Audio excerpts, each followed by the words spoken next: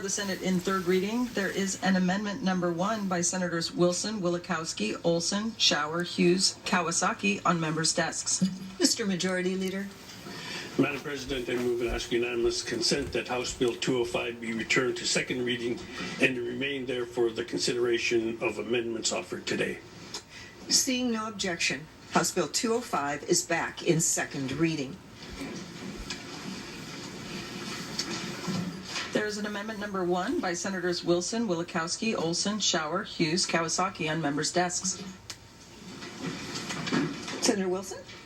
Thank you, Madam President. I move amendment number 1. There's been objection. Senator Wilson? Yes, Madam President. Amendment number 1, you can say what you want to call this, supplemental payment, a stimulus payment, or just what we do best in Alaska is take care of each other during hard times. We do that well as Alaskans. We take care of each other. We look out for each other. This is our way. The education in our K-12 statewide education program, you look at child care. It's a child care facility. We don't want to say that K-12 pays an important part of our child care or child sort of care facility, but it is, Madam President. A lot of folks, when schools close, members had to take time off. Folks had to take time off of work to take care of their children's and supervisional needs during this time, during this coronavirus outbreak, the COVID-19. Education departments play an important role of nutritious meals and supplements, Madam President. Other countries are looking at doing similar ways to look at stimulus packages to their folks during this time, Madam President. We must do what we can in our power. We have the availability to hit a yes button to do something now, or we can hit a maybe button as we heard conversations throughout this building to see what the federal government is going to do. Madam President, last night that vote failed 47 to 47, and that 1.8 trillion stimulus package failed in the Senate. We're still waiting for our national folks to do something now, but we have that availability to do something immediately by hitting the yes button, Madam President. We look at different ways as a last, like I said, my President, this is just, we've heard the debates upon where we're heading at now as an economy. This amendment would allow the Department of Revenue to issue a $1,300 stimulus package to be paid upon passage of this bill or immediately thereafter, which will not have to wait till the 2020 dividend to allow that process to go a little closer up in this process, Madam President. And with that, I'll sit down, and I'm sure a lot of other mics will be raised. Thank you, Senator Wilson. Is there further debate? Senator Stedman. Thank you, Madam President. I rise in opposition to this amendment. It's early in the budgetary process, and I recognize the difficult and immediate need of our citizens. We have a normal calendared state dividend that goes out in the fall, so this would be in addition to that of $1,300, and the funding source is the earnings reserve account of the permanent fund.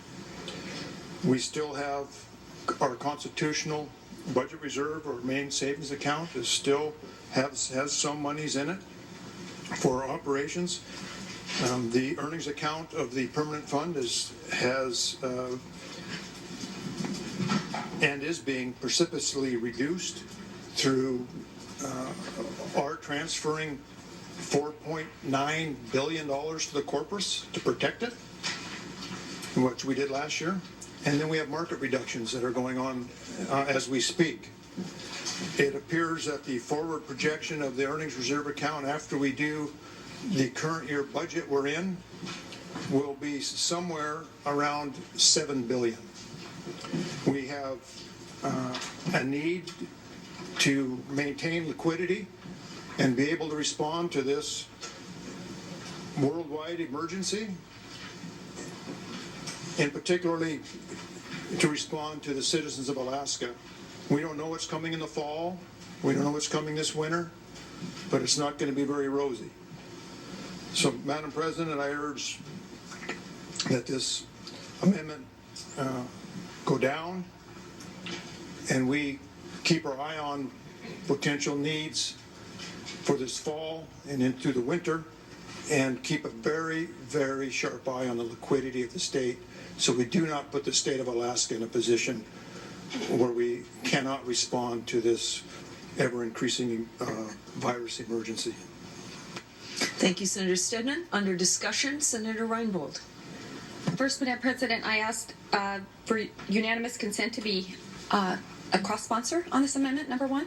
Seeing no objection, you will be shown as a cross-sponsor. Senator Reinbold, or co-sponsor, pardon me. Thank you. And I would like to say I'm very strongly in support of this amendment. And basically what this is it's $1,300 that was wrongly, in my opinion, taken from each and every Alaskan's permanent fund dividend last year. This allows us to honor every Alaskan and give them back the rest of the permanent fund dividend that is legally owed to them. So I do support this. Thank you. Thank you, Senator Reinbold. Is there further discussion? Senator Shower. Thank you. One of the sayings, we have an invader right now. That invader is this virus. It's here, and we didn't stop it at our border, so be it. We have to deal with it. That being said, there's an old story that talks about, if you burn your city down to stop the invader, you rule over ashes. Right now, I can tell you a dozen stories of calls and emails I've gotten from my district. One of them owns, or runs, I should say, the Fun Center and movie theaters, not just my district, but also south of Anchorage, all the way down to, I can't remember his name, but he sits over there, his district. And the call was the day after some of these announcements were made from the governor's office, he laid off 100 people on the spot because he has no income. Another owner of a dining establishment was told by an inspector from the government that if he opened his doors, they were going to come pull his license. So his livelihood's gone. This is government mandates. We're doing this to people. We are killing their livelihood. The effects of this virus are going to be magnitudes worse economically. And it's because of what the government has done or not done is putting people into this position. We talk about help is coming. Okay, when? A week? 2 weeks? Last time this happened from the federal government, it took longer than that to get that help. People sitting there right now are already losing their jobs. Their businesses are already shutting down. We have the ability to take some money out of our savings, and it does not make sense to me that we would hoard that money right now for government and what might happen later this fall or next year when people need help right now. If I knew that checks were coming from the government, the federal government, and we had support coming in days, it might make sense. I don't know when that's coming. I know that people in my district and many of yours right now don't have a job, or they're losing their business, and they're not going to have the capital to explain, well, they're going to get help. They got SBA, those things coming. I understand. These are good programs, and I support the things that are coming to help, but it's not here now. And people need help right now. So I cannot stand here in good conscience knowing that we have even $58 billion. It may sound like, well, we've lost $7, $8, $9 billion. I got it. But we have that money sitting in the account, and people need it right now. I am very cognizant of the problem we are going to run into next year. It's not going to be easy. I've already been talking about it, trying to prepare my district. Good luck next year. It's going to be a tough one. But right now, we have to get there. And to get there, we need to free up some funds so that we can help people get through this and bridge the gap until the cavalry comes from other things to make sure that we're not ruling over ashes. So because of that, I strongly support this amendment, and I would urge members to vote yes to help Alaskans get through this crisis. Thank you. Is there further debate? Senator Wielechowski. Thank you, Madam President. Madam President, this is an unprecedented crisis. This is probably the most historic event in our lifetimes. And if you believe that the purpose of the permanent fund is to be a rainy day fund, has it ever rained harder than it is raining right now? Oil's crashed, tourism's crashed, stocks are crashed, tens of thousands of Alaskans have lost their jobs in a blink of an eye.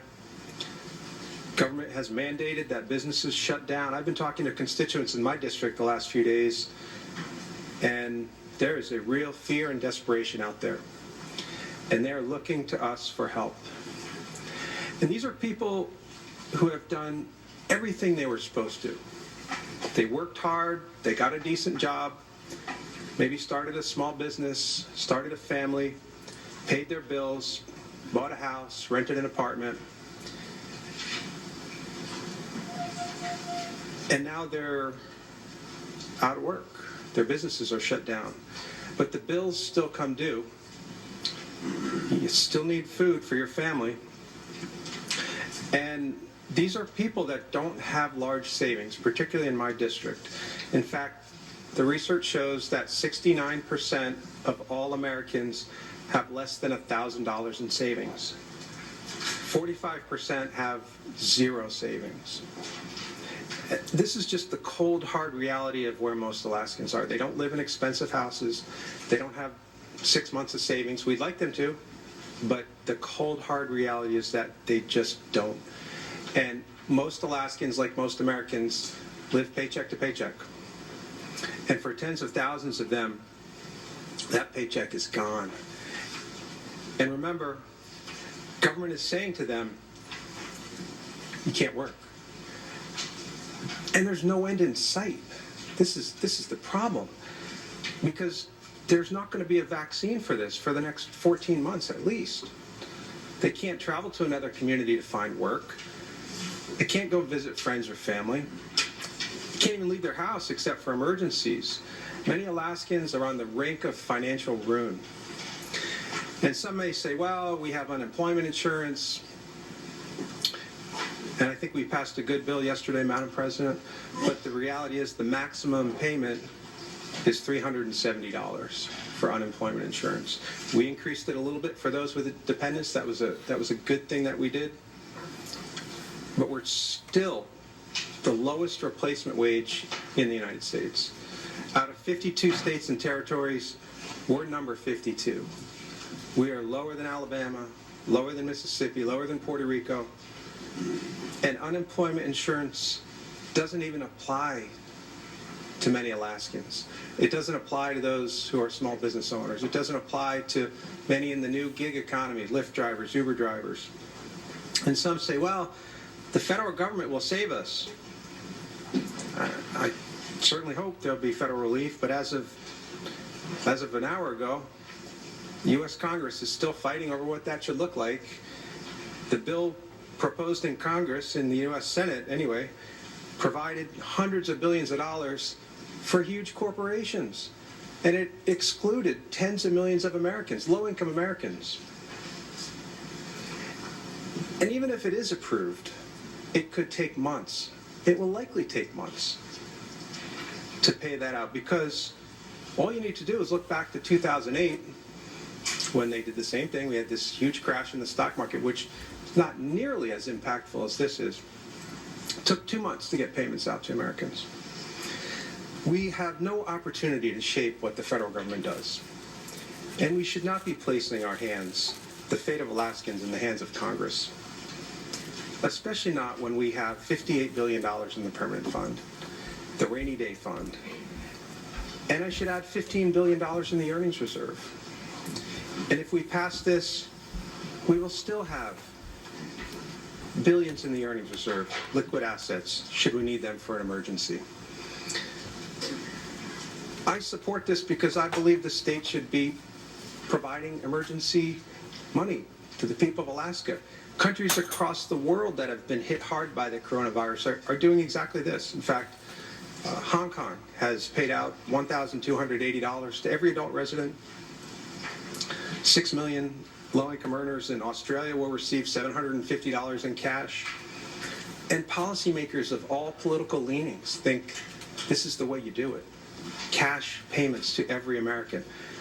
People across the entire political spectrum, people like former President Clinton Treasury Secretary Robert Rubin, to people like Senator Mitt Romney from Utah, to former Barack Obama Chief Economic Advisor Jason Furman, to even President Donald Trump, have all embraced the idea, the notion that the way you solve this problem is you get cash payments to Americans. But we can't rely solely on the federal government. And this idea of paying out an emergency payment to Alaskans, it's not even unprecedented here in Alaska. We've done this before.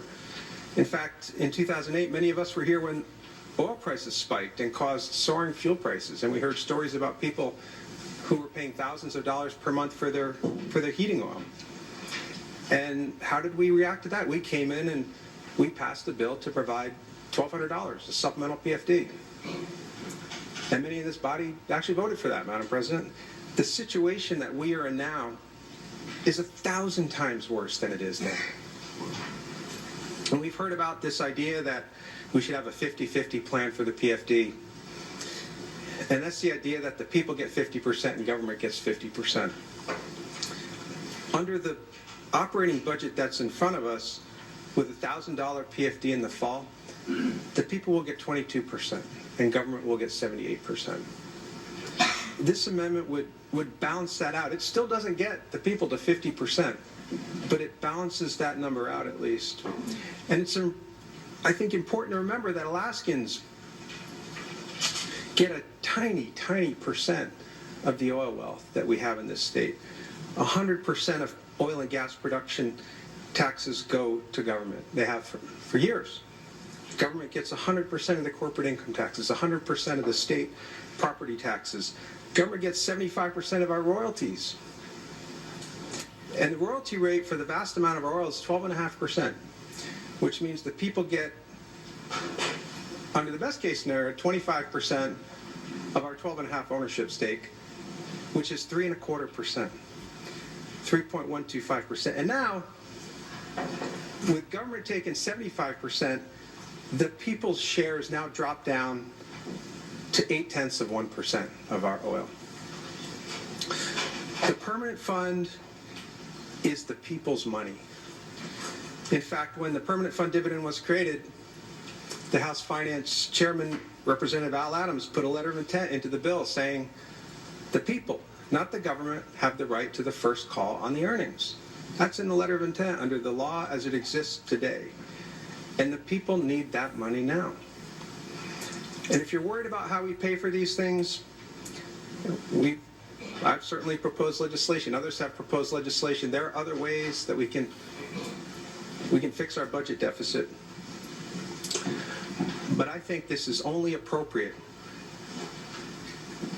that we support this, get the money out to the people, and help them from suffering financial disaster.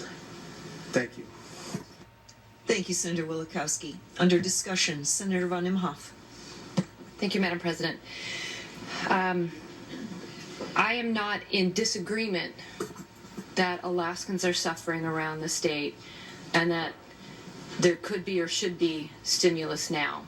I agree with the previous speaker.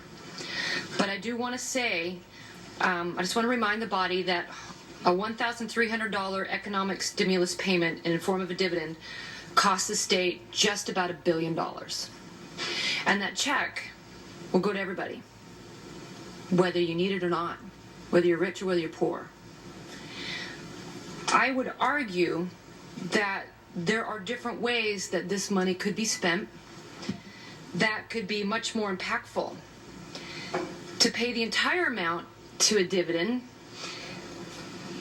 it may not be the highest and best use of the money. This body is well aware of a need for an economic stimulus plan, both now as well into the future. And it might make more sense to talk about ways to get immediate cash into people who truly need it.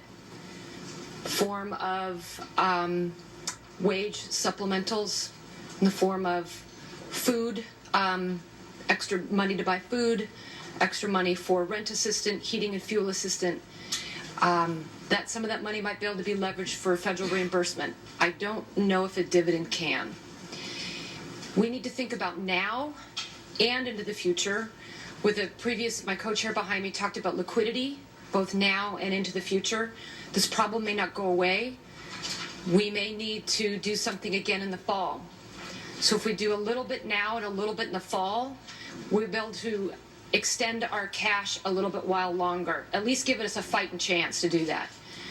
I think that there are ways to spend this kind of money that leverage partners, that can go to the people who truly need it and can make a bigger impact for the most economically vulnerable. So I urge a no vote on this, knowing that this body is well aware and making efforts in other ways to address this issue. Thank you. Thank you, Senator Von Imhof. Senator Gray Jackson. Thank you, Madam President. Madam President, my district, it's the heart of Anchorage. It encompasses the university. It is a medical hub of Alaska. It has restaurants, retail shopping, and just about every other industry you can imagine. This district has it all.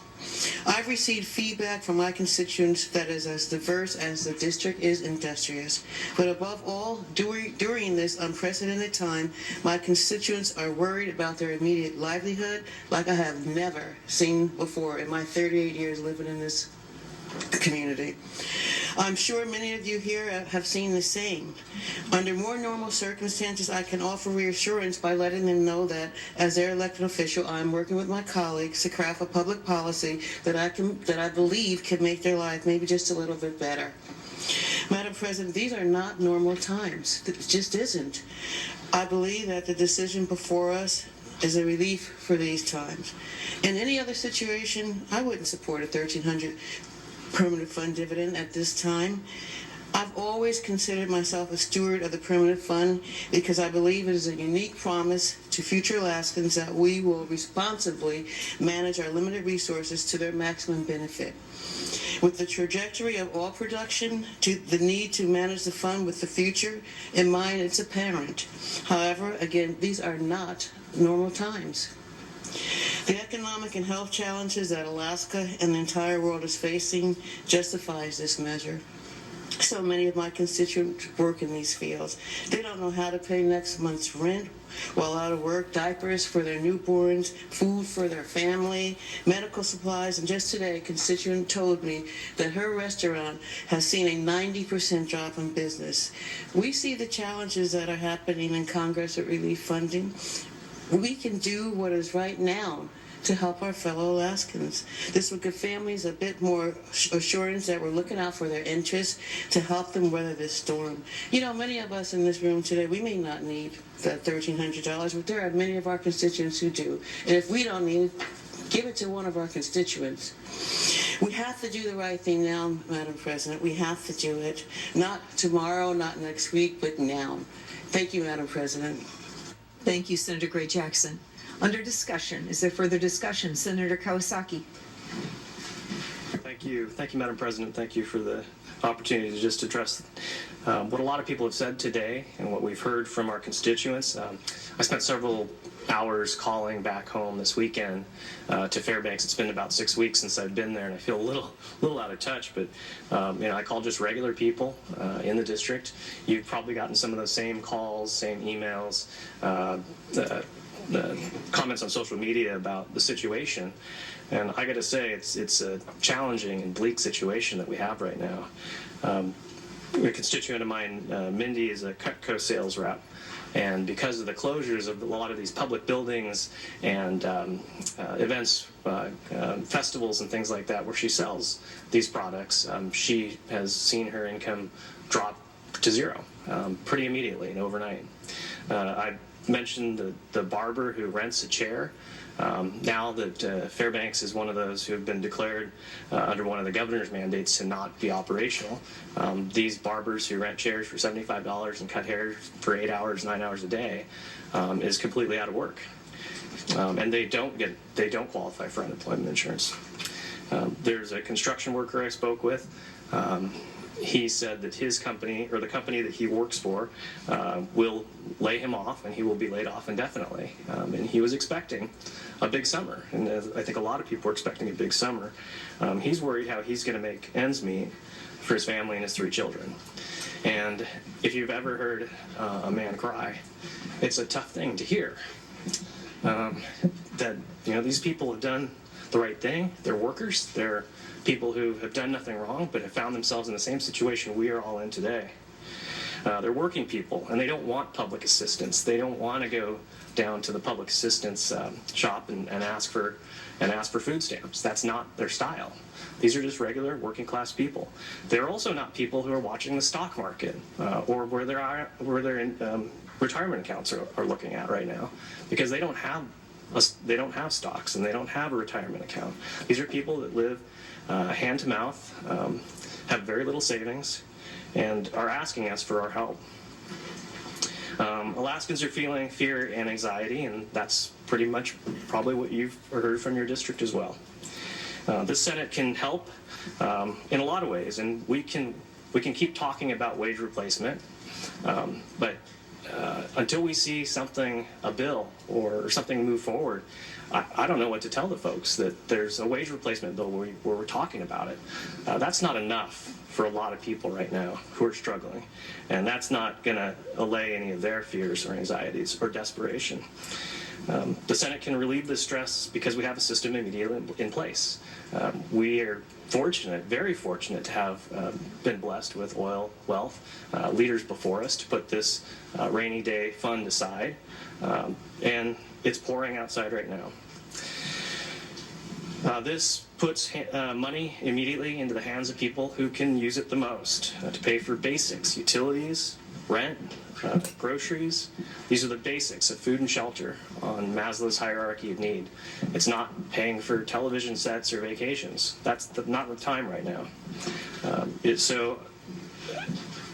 also, I think, this amendment would set forth a little bit of hope that the legislature is listening, that we recognize there's a lot of people that are hurting and a lot of people that are struggling, a lot of families that are not sure whether they're going to be evicted or whether they're going to be able to pay for utilities. So, Madam President, I think this does give folks a little bit of hope that we are doing something down here in Juneau. I hope that folks will support this permanent fund stimulus today. I think it sends a good message to folks that are the low-wage workers, the folks that found themselves completely unemployed. And just wanted to say that if you haven't had those calls from your district, I will make sure that they call you, because we've got lots of them in our office. Thank you, Madam President. Thank you, Senator Kawasaki. Under discussion, is there further discussion? Senator Hughes. Morning, if it's still morning, I guess it is for a couple more minutes, Madam President. I would like to move and ask unanimous consent that Senator Costello be added as a co-sponsor to Amendment Number 1. I'm sorry, Senator Hughes, that would be out of order. Do you have further discussion? Yes, I do. Senator Hughes. I first want to say that I, probably like you, I've been inundated with contacts on this subject. And it's a whole new crop of people. It is not the same people that I've heard from numerous times over the years about following the statute and paying the full PFD. Yes, I've heard from those two recently, but it's many others that have stepped up because of the hard times, because of their worries, as you've heard. And I'll try not to be repetitive. But I will say that we all know that Congress is in a quagmire right now. And I've seen some memes in regard to what we can do as people. And several of them have had to do with focusing on what we control.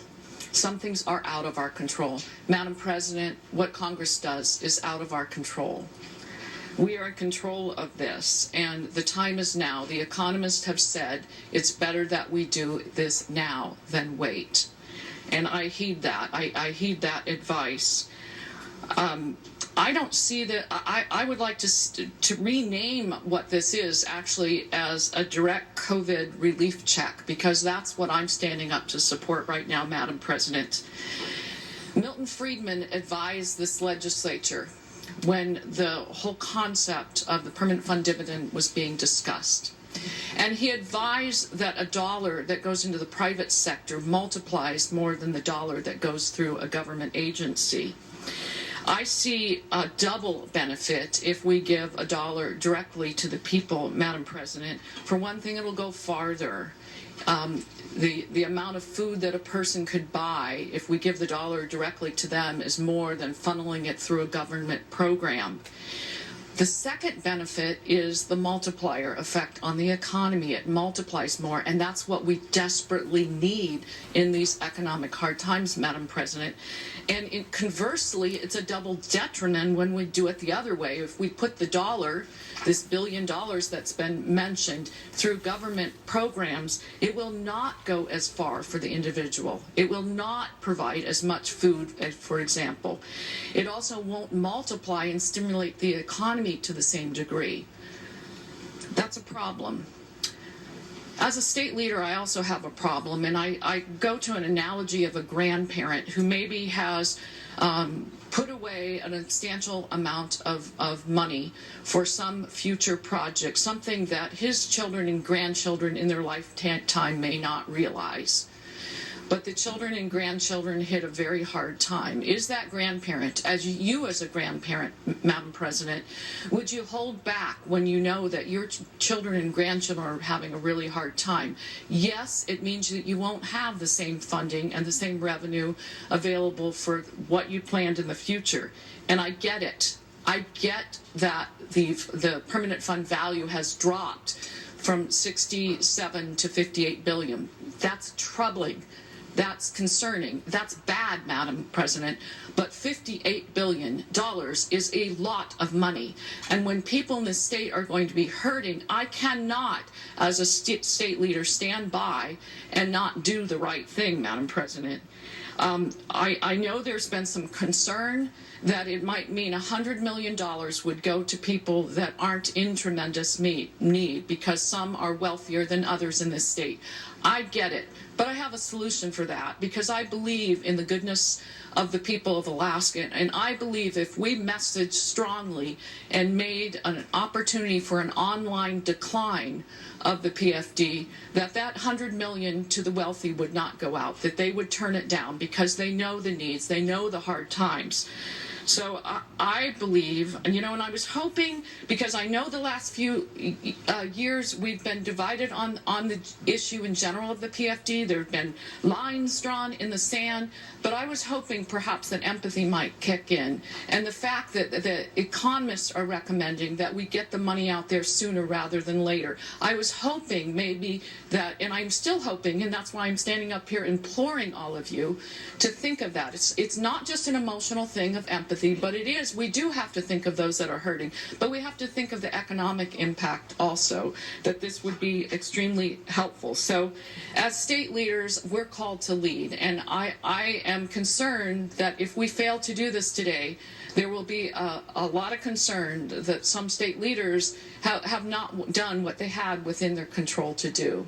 So I ask you, Madam President, and my colleagues in this room, even if you've been on the other side of this issue, that you consider the rare, unusual, strange, unprecedented, all those adjectives, the times that we were in, and that you would reconsider at this point for the sake of the people of Alaska and press the green button on this amendment. Thank you. Thank you, Senator Hughes. We're under discussion of Amendment Number 1. Mr. Minority Leader. Thank you, Madam President. I, for one, don't doubt the empathy of anybody in this room. I don't doubt the understanding of the pain and suffering that we all know is happening out there. I want to make a couple comments. This is actually going to be one of my most difficult votes. Generally, over the last 2 years, I have stood on this floor and argued for a rational policy over time that builds the budget. Many of those things that I've hoped for haven't fully come to fruition, but some have. Mainly the working relationship that we all have has been part of that. And it's true, as the prior speaker said, from time to time we've been divided, particularly on this issue. And in that process, we've gone from what has been a debate about whether we should or shouldn't do a full statutory dividend to this amendment, which is actually called an economic stimulus payment. That's what it's called. It's been referred to as a back payment for, on the floor already today, as a back payment for a prior dividend. I reject that. I don't think that, I think we look forward in this body, we don't look behind. And so I want to put clearly on the record that I don't believe that this body made a mistake in the past when it chose to not fully fund that statutory dividend. It was looking for the better good of the people of the state at the time. The process of determining where the oil wealth is going to be, the process of determining what the value of the permanent fund is going to be. If the stock market fell another 600 points today, Madam President. The inability of this nation to deal with this crisis because it had an unprepared medical system, so that already it's third in the number of cases, even though as little as 2 weeks ago, our president said there'd be 15 and then done. No, there's 35,000 and counting is what it is. The number of deaths are beginning to escalate in this country, and we have been fortunate that they haven't come here. The hardships we've heard about that my colleagues have described are real.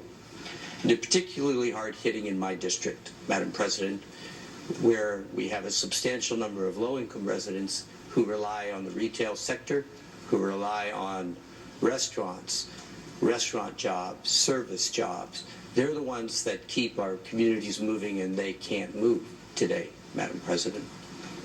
They're trapped, as my colleague from East Anchorage said earlier. These are folks that don't have what they usually have in the past, which is the ability to mobily move to somewhere else to find work. We already have the highest unemployment rate in the nation, and what my colleague from Fairbanks said in debate over the last couple of days is our unemployment rate has already shot up 7 times what it was in just a week's time from the beginning of the shutdown. I believe that in the long run we'll have the stability and resiliency to recover our economy. I believe that as the world recovers from COVID-19, there'll be demand on oil and gas resources. I think that that demand will push up the price of oil over time. I believe that somehow, some way, we will stabilize our economic downfall right now, the complete disintegration of a market based on wild dreams and rich corporations in general. And I know it's going to be a while before that happens. In the meantime, I've heard discussion of the other stimulus money that might be coming, and I saw the same debate that you did. My party resisted your party in the Senate. They can't come to agreement. They can't speak to each other. They can't find any method to bring them together, when that should be the paramount issue. Instead, it's politics as normal. It's you said, she said, he said, they said, your fault, their fault. No, it's our fault. We are the ones that fundamentally are responsible. Every one of us was elected. Every one of us was elected to take care of our citizens first and foremost, and everyone is trying to do it the best way they can. Some of my colleagues today will vote for the economic stimulus payment and some won't, and they'll be doing it with the same purpose in mind, the same purpose, trying to look out for the welfare of Alaskans. Nobody's going to get something from this vote.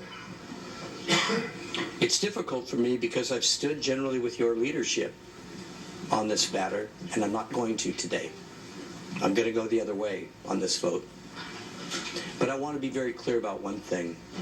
I don't see it, I do not see this, one, as a payback of the dividend, and second, I do not see this as a first payment on a dividend either.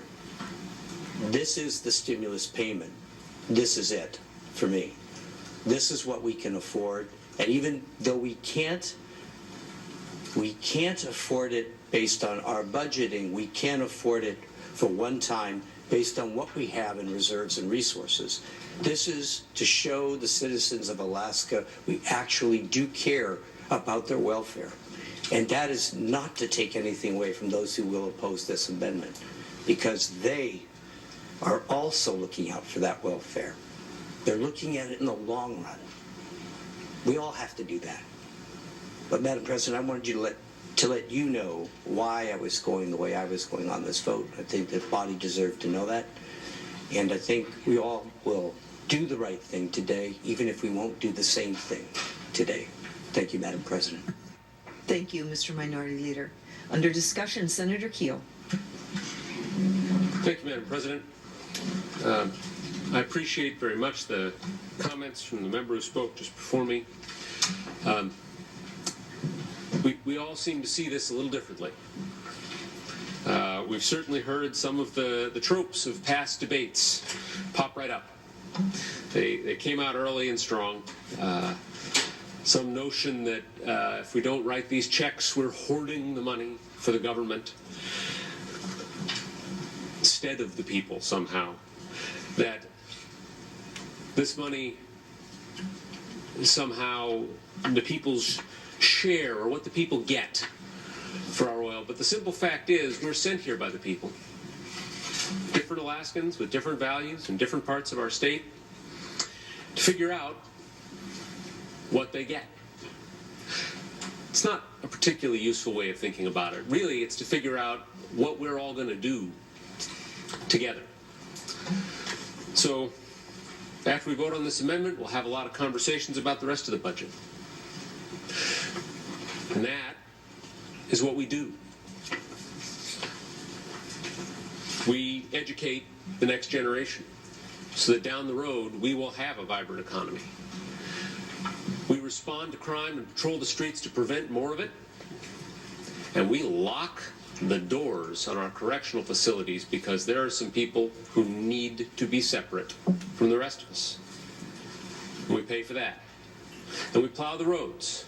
And at some point after this budget, we'll run the ferries again. And we go on through the things that we do together with the money from Alaska's resources and Alaska's investments. And that, Madam President, is what the people get, what all the people get, in different measure, in different districts, because there are different needs, different opportunities. So, my friend from District H didn't bother to mention the natural gas that is completely tax-free. The people of his district, and I'll use sneer quotes here, get. The people of my district don't get, because there isn't state natural gas in my district. Different needs, different regions, different temperatures. But that's how we work it out, Madam President. So the biologists count the fish here and they count the fish there. Then the member from District O's district, I know a lot of the folks from the member from District H's district go dip net a whole lot of reds. And we don't do so much dip netting down here. The people all over the state get different things. I'm not sure we get enough public health service in our state. I think we're all seeing just how thin our public health nurses are stretched, just how thinly our health care system is stretched, and maybe we ought to do a lot more of that. But one place there's no disagreement in the room, Madam President, is that now the people of Alaska need help. There's no question there. And interestingly, there hasn't been a lot of disagreement that the people need help from state government. I'm pleased to hear it. I agree. So the question is, how do we best help? And how do we pay for it? It's not an easy question. They aren't easy situations we face. The discussion the member who sits immediately to my right raised about wage replacement, I think, is a great one. I think the opportunity to help business owners and help people who are losing shifts, not just people who are losing jobs, as we did the other day with an excellent if maybe not quite as generous as I would have gone. Workers' comp change bill, that was great progress. The need to help contractors, the need to help gig workers, folks who aren't going to get unemployment, is critical. And I'm looking at the amendment in front of us, and I'm trying to figure out the average Alaskan wage, I think is, I'll get the number wrong, $36,000, $40,000 a year. So ballpark 2 weeks work. Better than nothing? Absolutely. But it still doesn't particularly help those whose bar is closed or whose barber chair is closed. It's the difference, Madam President, between a ripple in the water and a wave. A little to everyone might move a little bit in the economy to the extent people can go out and spend it, which I think is the key to our problem today. And the people whose businesses are closed, who are not able to give somebody a ride, to cut hair, aren't necessarily getting unemployment, they're still bankrupt. 2 weeks later than they'd have been bankrupt before. So the right way to help Alaskans, instead of a little ripple everywhere, Madam President, is a wave for those who are truly in need. We need to replace wages where people aren't working, where income isn't coming in. 2 weeks' worth isn't going to carry you through as long as this lasts. The member from District D said Alaskans need to take care of each other. Couldn't agree more. We must. The first thing we need to do is we need to do everything in our power to help stop this virus. The mental health bill, the supplemental bill, elsewhere in this bill, there are resources to help do that. But the member from District J said it very well. We need to look forward. So the question we have to ask ourselves, and I put it in a little different terms in the Finance Co-Chair's conversation about net resources and liquidity down the road, Madam President, are we going to have what we need to do what we must do together once this virus passes? Or are we going to drain the accounts that we need to use for Alaska's future next year and next decade and next generation? Are we going to hit them when they're most vulnerable, when the markets are down is the worst time to take an extra draw from Alaska's investment accounts? Are we going to make a generational impact for today's absolutely real problems? Use the metaphor of a ripple versus a wave. You know, if we burn the boats to stay warm, we're not getting to the other side no matter what the water's doing. That, Madam President, that's where we are with an extra $1 billion above what we can sustain from the account that now is responsible for more of what Alaskans do together for all of us than oil is. We've got to help, but not at a generational cost. I ask for a no vote, Madam President. Thank you, Senator Keel. Under Amendment Number 1, is there further discussion? Senator Reback. Yes, thank you, Madam President. I've heard a couple things that I think I just wanted to address quick. We've heard that we shut down businesses. I'd like to just mention that the legislature did not shut down any businesses. We've heard that we may have a 14 months to deal with this virus potentially, and potentially maybe the federal government doesn't come through. Well, that causes me to have all kinds of questions. If we didn't shut down businesses, we're working diligently here to figure out how we're going to take care of the people of Alaska in the future with our dwindling resources. We've also heard we've lost $10 billion from our permanent fund. If those things are the case, we're going to need even more our dwindling resources in the future to take care of those people. And we've heard this argument that it's the people's money, and it is the people's money, but this argument where the people versus government causes me to ask myself, is it not also the people's education? Is it not also the people's health care, the people's roads, the people's bridges, and the people's infrastructure?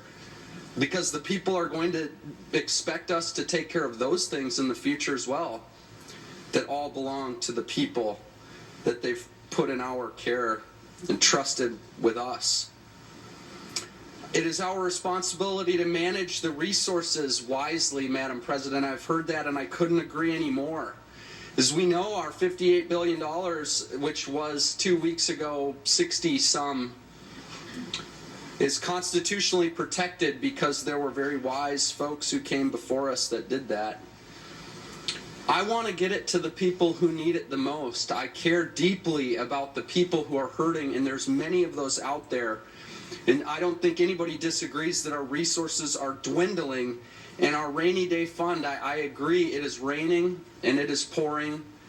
But what this does is essentially gives our last raincoats to people who already have umbrellas. Some of them have golden umbrellas. And I just don't think that's a wise distribution of our dwindling resources in a time of crisis when we know we're going to have to come back with more help for the people in the future, Madam President. And so, as I am very conflicted, I will have to vote no. Thank you, Senator Reback. Senator Bishop. Thank you, Madam President. I want to give another perspective. All good comments here on the floor today. If you're in the majority caucus, what I'm going to say is nothing new. And if you're in the minority caucus, I've talked to most every one of you. And there was a piece that I had left out of my comments yesterday to the caucus, and I'm going to encapsulate them in here so those that are listening at home, they can hear them. So you've heard the arguments. There is another dividend in this budget. $1,000 dividend. This dividend right here, we've heard arguments that, well, we don't know when the federal government's going to come through or if they're going to come through. So I made a comment yesterday and I says, well, we could need $1.2 to $2 billion for our hospitals. And if our federal money doesn't come through, I think we should take a hard look at keeping a reserve back if we have to fund our hospitals, because that's where our most vulnerable have got to go. So that point one.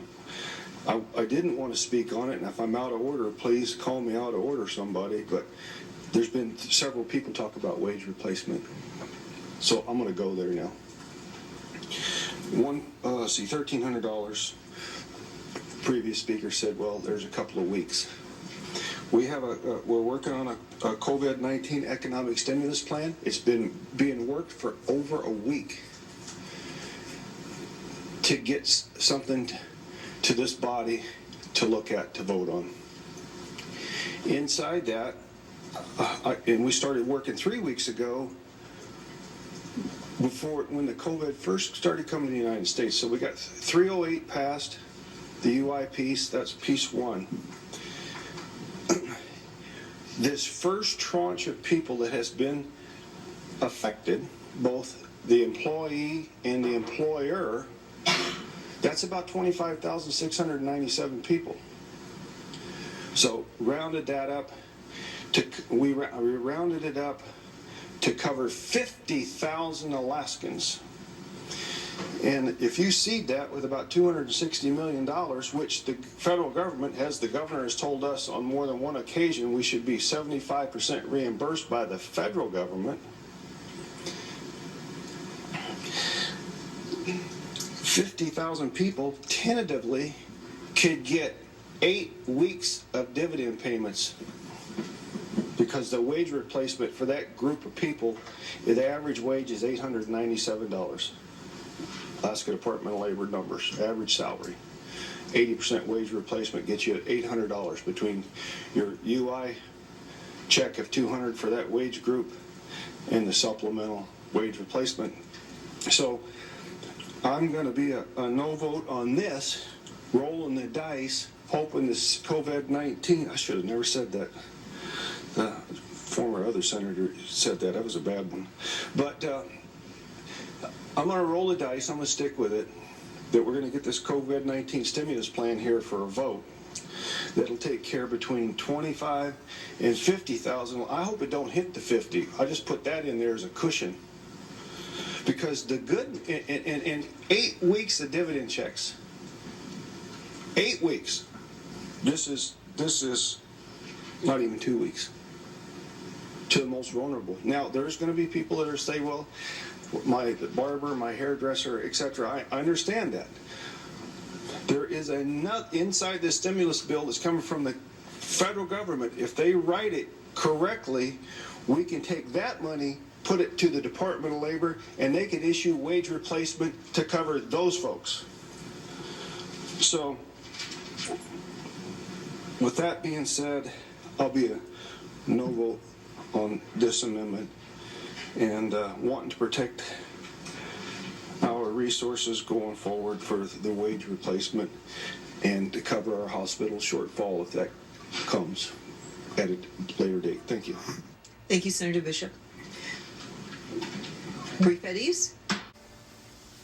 OMG. Are you guys about as sickened from what you are hearing here as I am? These legislators that are getting up on their soapboxes, grandstanding, saying, hey, look, government and special interests like recall Dunleavy are more important to keep funded than the average Alaskan.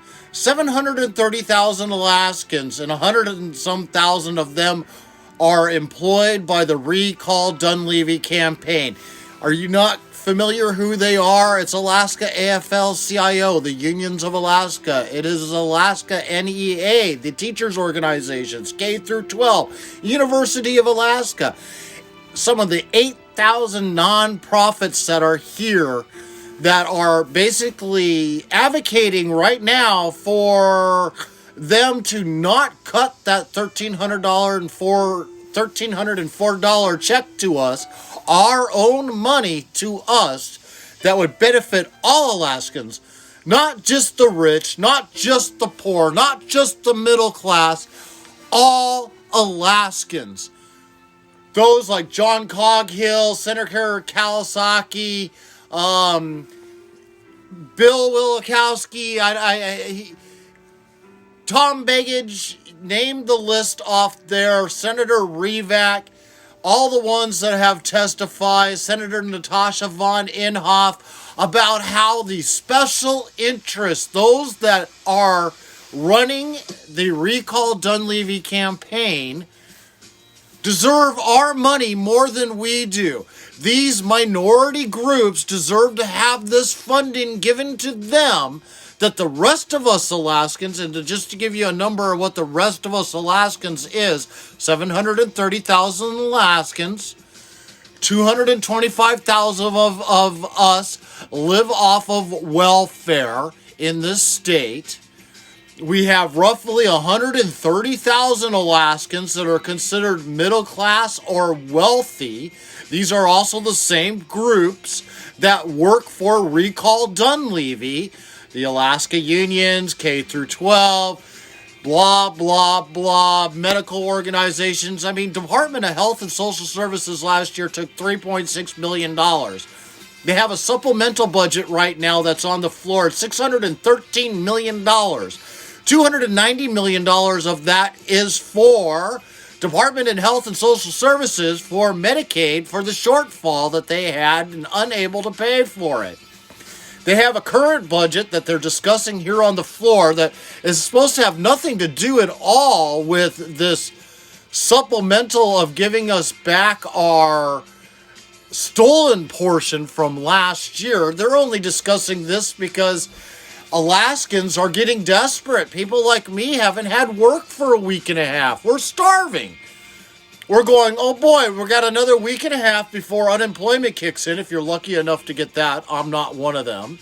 If you are lucky enough to have good credit and you pay your taxes on time and you blah, blah, blah for the business environment, you may be qualified for a small business administration loan.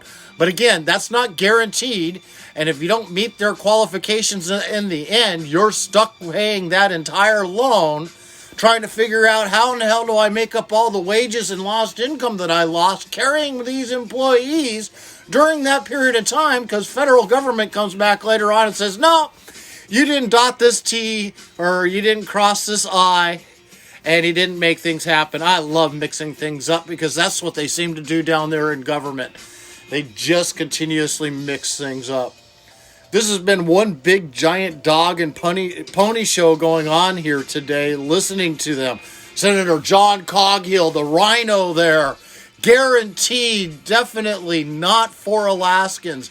He pretends to be a Republican. That is the problem that we have within the Senate there. We are looking at all of it's a Republican-controlled Senate that is pushing the Democratic Party's agenda.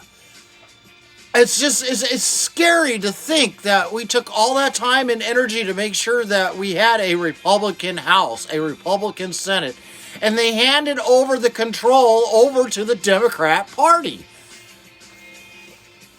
These aren't Republicans. I mean, if I was to look at the Senate right now and say how many of those people inside of that room are actual Republicans, I can name less than 6 out of the 20 that are there that are actual Republicans. The rest of them are not Republicans. They are rhinos.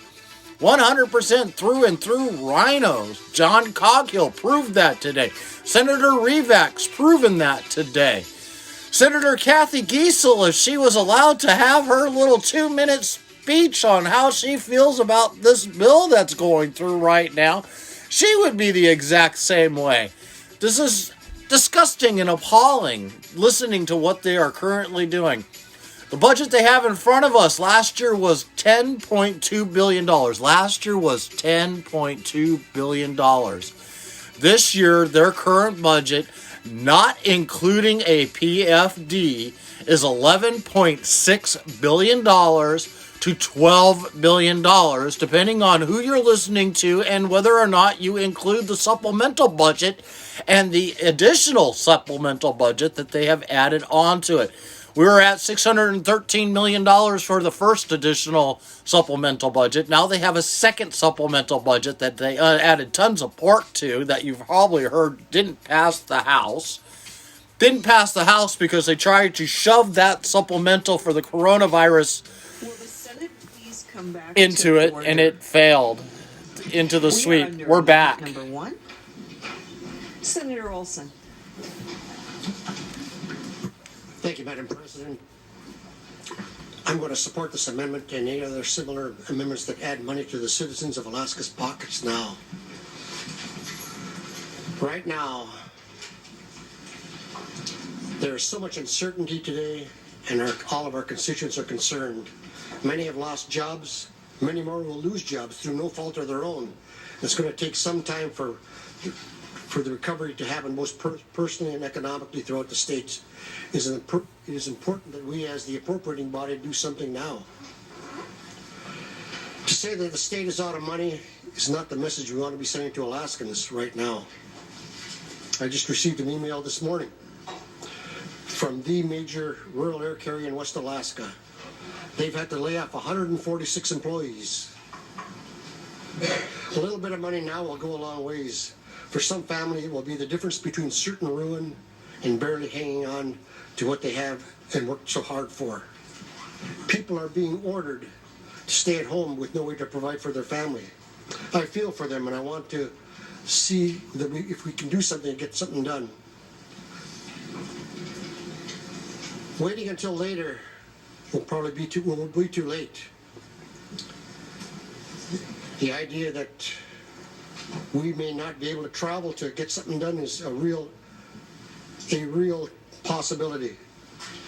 Furthermore, between now and later, the most vulnerable people in the state of Alaska, because of this virus, will probably be dead. Alaska is like a boat, as was pointed out by the senator from Juneau. We're in a boat with a slow leak. We as a body need to watch. We can either watch them sink, or we can give them resources to help plug the hole. With the uptick in violence that's going to be happening because of these economically trying times, I don't see a bright future unless we help people pay their bills. With that, Madam President, I urge support for this amendment. Thank you, Senator Olson. Under Amendment number 1, is there further discussion? Seeing none, is there wrap-up, Senator Wilson?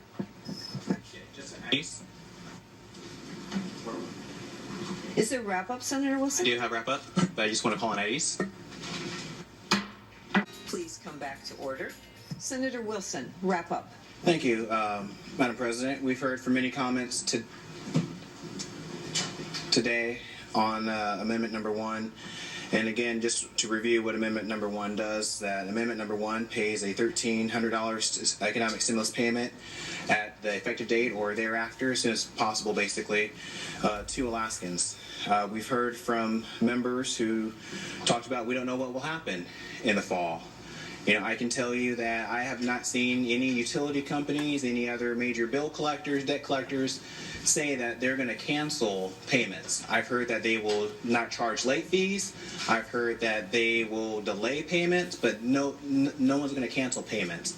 Living paycheck to paycheck, that is very hard to accomplish. Just to live paycheck to paycheck, Madam President, it's very difficult if you've not been in that position before. This is just trying to give, again, that hope to Alaskans. It will help spark that resiliency. We've heard comments today, Madam President, upon those people who may not need this additional stimulus package. And I will encourage those folks to find ways to donate to their food shelters, to other folks that are maybe in need. When I plan to get back home, Madam President, I plan to volunteer in whatever way I can, because the time is my most valuable gift that I have to give. And I plan to give whatever time or resources I can to help those less than fortunate during this time of crisis, Madam President. And I encourage everyone who's able to do so to see where they can help out, what resources or what gifts they may have to help with their fellow Alaskans, Madam President. You know, I apologize to the senator from District K, who I forgot to ask if they want to be a co-sponsor. I know that we've got notes from their office wishing that we can do that, and again, I just want to apologize on the record that she would have been a co-sponsor, but due to my absence of trying to hurry up and try to get this whole process done quickly, I wasn't able to do that. With that, Madam President, you know, I also want to thank yourselves and the co-chairs of finance and the senator from former commissioner of labor and everyone else's efforts that have worked on trying to look at all ways that we can help our Alaskans out through this crisis. But we do have an ability to give that hope, and we do have that ability to help out all eligible Alaskans from last year, which is the broadest net we can cast to give that hope to Alaskans, Madam President, with this amendment. And with that, I'll sit down and urge for members to vote yes. So the question before us is, shall Amendment number 1 be adopted? Senators may proceed to vote. Has any senator failed to vote? The secretary will lock the roll. Do any senators wish to change their vote? The secretary will record and tally the vote. 9 yeas, 10 nays. And so on a vote of 9 yeas and 10 nays, Amendment number 1 has failed to be adopted. Madam Secretary. There is an amendment number 2 by Senator 10 Wilson. senators sold us out, and Costello's not being counted, so it can't even be considered a tie. Senator Wilson. Thank you, Madam President. Disgusting. Amendment number 2. Hearing no objection, the amendment has been adopted. Madam Secretary. There is an amendment number 3 by Senator Wilson. Senator Wilson. Yes, Madam President, I move amendment number 3. There's been objection. Senator Wilson. Yes, Madam President. Amendment number 3 is an intent language for the university. That is the intent of the legislature that the University of Alaska cannot charge the Future Farmers Americas no more than 17.5% for its indirect costs, Madam President. Basically, the grant of the Future Farmers of America from the university is about $130,000, in which $40,000 is charged as an indirect rate to them. That's over 31%, Madam President. with that percentage, I could probably get a better credit card loan from a department store if they're open today, Madam President. I would be able to probably get a better loan rate from Guido down the street at that rate, Madam President. The FFA is part of the university's cooperative extension service.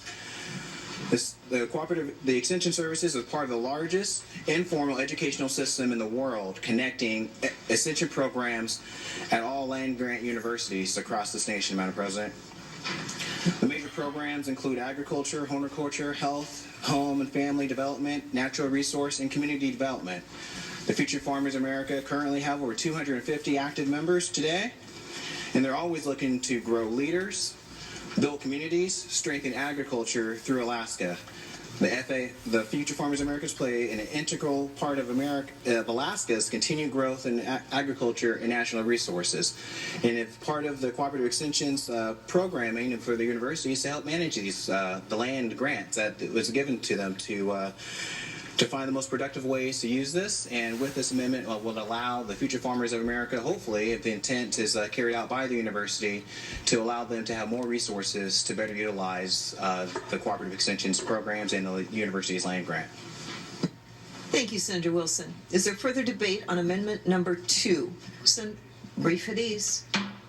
Senator Stedman. Thank you, Madam President. After consulting with the subcommittee chairman of education, concerned with this amendment as we're parsing out one particular area here, the Future Farmers of America, and there may be other impacted organizations, so they may be treated differently. So I think amendment like this, or this subject matter, should really be dealt with at the committee level to make sure there's fair treatment across the university. So I uphold my objection. Thank you, Senator Stedman. Under debate for amendment number 3, Senator Hughes. Thank you, Madam President. And I'm fine with treating the Future Farmers of America a little differently. There's a strong representation of students at Palmer High. I believe we have the most per student population membership in FFA at Palmer High School. And they have a pretty tight, small budget, and when you take out such a large chunk, it's very difficult for them to do what they do. So I am in full support of this amendment. Thank you, Senator Hughes. Is there further debate on amendment number 3? Seeing none, are you ready for wrap-up, Senator Wilson? Yes, Madam President. Thank you. Just want to let folks know, the university, we can, if the co-chair would be so obliged, we can make this for all the cooperative extension programs at the university. And I think that would be an equitable way across the board, which would also cover the 4-H program and a couple other programs that are for youth, and to help that pipeline of folks in this area filled continue through the university. But at the time being, this is a thing that this was brought to my office, and I think a couple of other offices here in this building when they were here during their time to talk about some of their concerns and about how they could best utilize the funding in the program. And with that, I'll wrap up. Thank you. So with the question before us, shall amendment number 3 be adopted? Senators may proceed to vote. Has any senator failed to vote? The secretary will lock the roll. Do any senators wish to change their vote? The secretary will record and tally the vote. 10 yeas, 9 nays. So on a vote of 10 yeas and 9 nays, amendment number 3 has been adopted. There's an amendment number 4 by Senators Reinbold and Shower on members' desks. Senator Reinbold. It will fail by 10 to 9. I move amendment number 4. There's been objection. Senator Reinbold. Madam Chair, this amendment provides for a full permanent fund dividend according to the legal statute, and I would ask and urge for a yes vote. Thank you, Senator Reinbold. Is there further discussion? Seeing none, are you ready for the question? The question being, shall amendment number 4 be adopted? Senators may proceed to vote.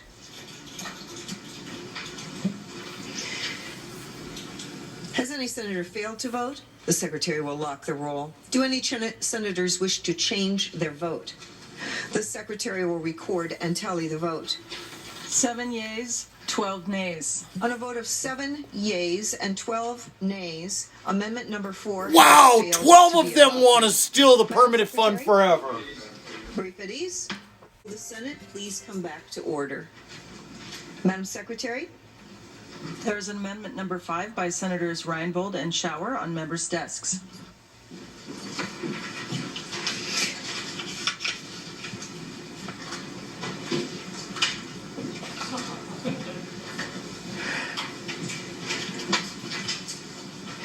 We'll set that amendment aside. Madam Secretary, please go to the next amendment. There is an amendment number 6 by Senator Shower on members' desks.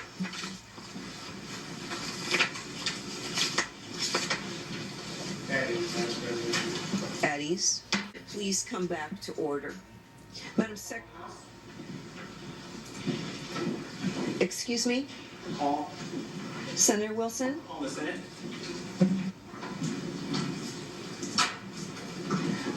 There's been a call placed on the Senate. We will stand at ease until Senator Shower has been located. Will the Senate please come to order? Madam Secretary? There is an amendment number 5 by Senators Reinbold and Shower on members' desks. Senator Reinbold. Madam President, I move amendment number 5. There's been objection. Senator Reinbold. So amendment number 5, permission to read. Permission granted. It is the intent of the legislature to extend the benefits of the United States Supreme Court Janus versus AFSME decision to all public employees in collective bargaining agreements equally in order to protect their constitutional rights. Right now, the state collects union dues, union fees, and in some cases, PAC money that is used in campaigning. I strongly support the freedom to associate and the freedom of speech. It's very treasured around the world. A very important decision on June 16, 2018, from the United States Supreme Court, Janus versus AFSME, found that forcing public employees to pay agency fees to unions violates the free speech rights of non-members by compelling them to subsidize private speech of matters of substantial concern. That was from the Janus decision. The court held that that public sector unions may no longer extract agency fees from non-consenting employees. There was an administrative order number 312 from our current governor. And it's very, very important. Basically, what this states is that the waiver of the employees' First Amendment rights cannot be presumed. And in order to be effective, basically that they have to legitimately have clear and compelling evidence. On August 27th of 2019, the Attorney General of the state of Alaska issued an opinion outlining the state duties and responsibilities of the Janus decision and protecting this decision to afford all employees. The opinion explained that Janus and the state of Alaska may no longer automatically deduct union dues and fees from employees' wages unless the employee firmly consents. The purpose of this amendment is to honor the intent of the Supreme Court. On September 26, 2019, just 6 weeks after the Administrative Order 312 was given, an injunction by Judge Greg Miller. And in full disclosure, he's married to Nancy Mead. She's our liaison. I think that's important to get on the record. But the bottom line is it was an injunction. And the thing that there is not a non-trial hearing until March of 2021. So the decision was made with 6 weeks, but it's not being decided with a non-jury trial. That causes me pause. I also want to note that the security provision right now in our statute, employees that are hired by the state are supposed to report to union bosses. The union bosses are supposed to be telling employees of their rights, and I have reports that this is not happening. In this administrative order, one brief statement says, I understand that I have constitutional rights to refrain from paying union dues and fees. This has to happen. It's very important that they have clear and convincing evidence that they are opting in to having union dues and fees paid out. The reason I put this forth is to ensure that the constitutional rights of our employees, our public employees, is protected.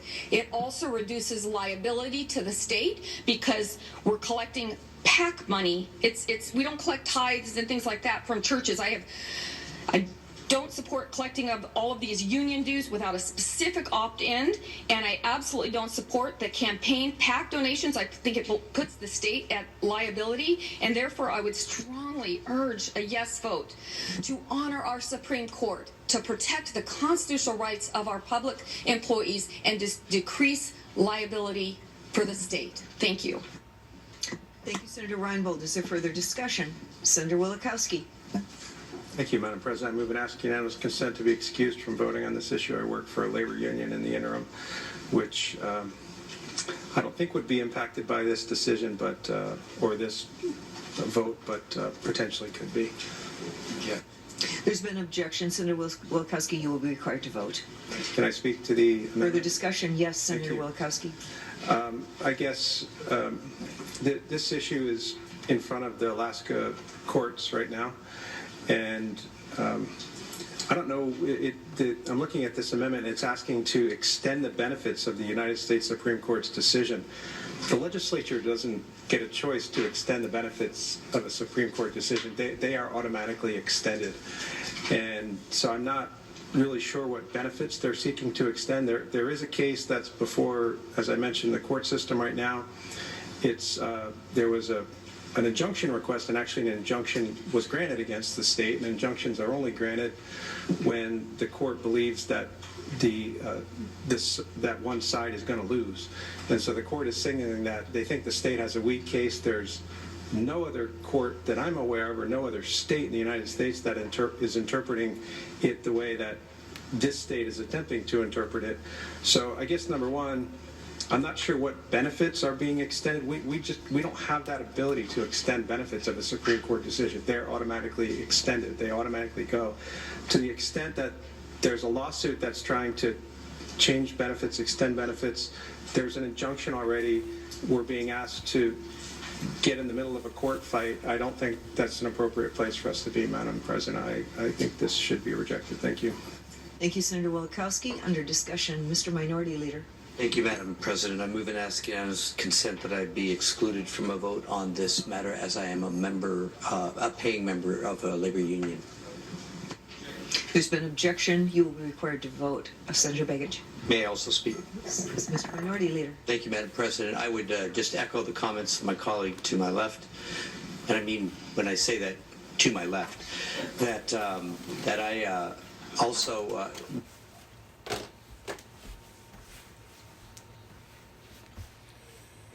MTA silence as they reset the new hour. I hate MTA. But certainly there are working people who have fought for generations, as my grandfather did and as my father did, to ensure that all of us in the workforce would have an opportunity to collectively bargain and form a union. That comes an obligation with that. If you're raising the wages, if all ships rise with the tide, because the dues you paid helped secure the negotiated agreements you won, and those agreements are applied to all people.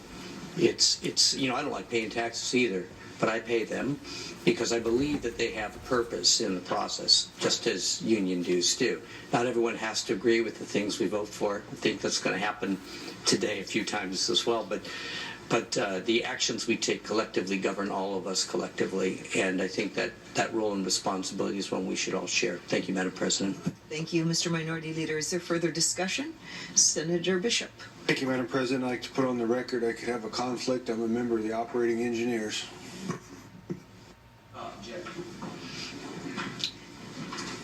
Thank you. Senator Bishop, you will be required to vote. Further discussion, Senator Shower. Thank you. Fascinating discussion. It's debate we need to have. There's public and private, and I've gone through this because I'm actually in a private union, not public employee union.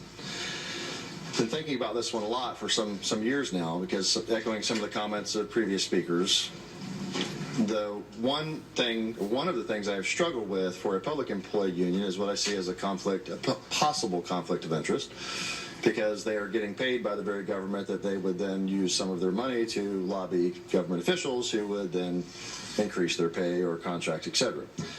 In the private sector, that's not an issue. If a private company wants to have a debate, they want to set up their own union, they want to have their own employees, could care less. That's up to them. Government shouldn't be involved in that. The government is naturally involved in a public employee union, so it's a little bit more of a struggle for me trying to figure out how those break down. And so as you think about this, to me, it has become an issue of what does the union do? And as a previous speaker alluded to, if you have a negotiated contract, everybody potentially gets the benefit. Not everybody wants to be a part of that. The union I am in, private union, requires you to pay every month, whether you want to or not. And so the debate became, well, what if I don't want to be a part of that, but you still get the benefits? The answer, quite honestly, is elegant and pretty simple. If you don't want to be, you can be like every other employee out there in the world that's not in a union. You simply have to have your own contract. You don't have to be part of the union.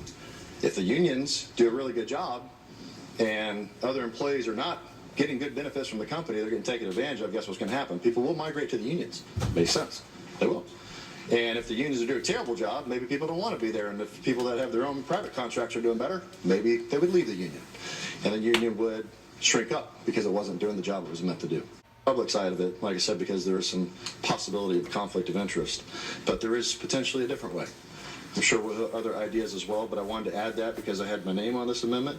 And it's something that I have continued to debate and think about, and how might we do that better. And it certainly could be different for people if they had different choices available to them. Thank you. Thank you, Senator Showers. Senator Keel. Thank you, Madam President. I rise because there could be the appearance of a conflict of interest. My spouse is a member of a public sector union. So I guess I should ask to be excused from voting. There's been objection. Senator Keel, you will be required to vote. Further discussion? Briefly, Madam President. Yes, I would love to have the conversation that the member behind me talked about. Love to talk about a very, very strange Attorney General's opinion that have tried to apply the principles of criminal law to a civil question. Hadn't seen that done before. I'd like to talk about the effect on the right to free association of forcing a worker to go before a hostile government in order to join an organization they have the right to join or not join. Like to talk about the merit principle enshrined in our state's constitution. But ultimately it comes down to the fact that the issue this amendment speaks to is in court, and we as the legislature ought not insert ourselves into that court case while it's still pending. That's been a principle we've held to for quite some time. So I urge a no vote, Madam President. Thank you, Senator Keel. Under discussion of amendment number 5, is there further discussion? Seeing none. The question a wrap up, Senator Reinbold. Thank you, Madam President. On amendment number 5, just want to address some of the concerns that were addressed today. First of all, this is only intent language. The Attorney General found that we are in violation of some of the provisions of Janus, which puts the state at risk. I find it interestingly, 2 or 3 of you on this Senate floor ended up talking about not getting involved in why there's an active court case. What I find interestingly is the Department of Law subcommittee I believe it was yesterday in finance, defunded Department of Law $400,000 that matches the same amount that happened over in the other body. They did a couple different amendments, defunding Department of Law, I believe $400,000 in addition to $375,000. They also did allocation and appropriations to defund an active case before the courts. I want to thank this body, and particularly the member from Gullivan, who did not adopt the language from the House, and I'm going to strongly urge that in conference committee that you do not adopt the language in the other body. I think it's dangerous precedence. I think it is unacceptable and outrageous that we're collecting PAC money. Why is the state doing this? Why aren't they under the APOC rules if we're collecting PAC union money? I'd like to decrease the liability to the state. There are two active, one at the federal level and one at the state in regards to this issue, but the decision has already been decided at the Supreme Court. And so there is no harm in this intent language. We are honoring, we're not snubbing the Janus decision, we are honoring the U.S. Supreme Court. We're protecting the employees' rights, their constitutional rights, which our founding fathers and all of us find so absolutely treasured. And it decreases the liability to the state. I passionately urge a yes vote on this amendment. Thank you. Thank you for that wrap-up, Senator Reinbold. At ease. Will the Senate please come back to order? The question before us is, shall Amendment number 5 be adopted? Senators may proceed to vote. Has every senator voted? The secretary will lock the roll. Do any senators wish to change their vote? The secretary will record and tally the votes. 4 yeas, 15 nays. And so on a vote of 4 yeas and 15 nays, Amendment number 5 has failed to be adopted. Madam Secretary? No surprise. There is an amendment number 6 by Senator Shower on members' desks. Senator Shower. Move amendment number 6. There's been objection. Senator Shower. That kind of day.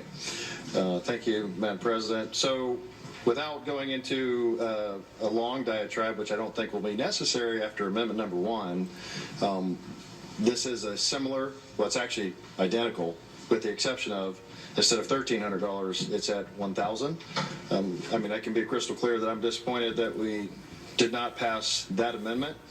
But as I have been clear speaking previously, and I'll speak again, this is about economic stimulus. And without belaboring the point,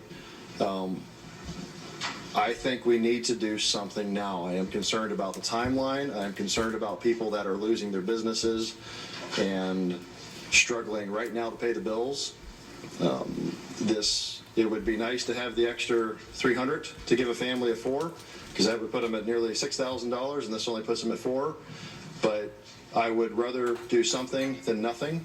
And so, looking at this as a backup plan, if you will, while I'm disappointed that we will not have as much, I would hope that members would look at this amount and perhaps could accept that compared to the previous, that we could get, for a family of 4, $4,000 to help them bridge the gap for the next week, 2 weeks, month, whatever it's going to be, until we get to that time that we see stimulus from the state government, stimulus from the federal government, to where we know people are going to be able to make it and our economy will not flatline itself. So I am offering this as a plan B, if you will, to still allow us to get something out of our savings into the Alaska economy.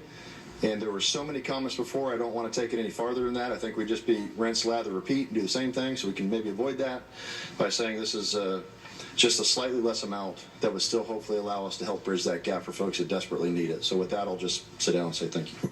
Thank you, Senator Showers. Their debate. Senator Stedman. Thank you, Madam President. In looking at 6, there's certainly Amendment 6 for $1,000, which is basically $680 million. I don't think there's any question that the individual citizens of the state need assistance, a good majority of them. But what we have here is the operating budget. There's several other vehicles, some of which have already passed this body, one of which has not hit this body, that is a direct stimulus bill itself.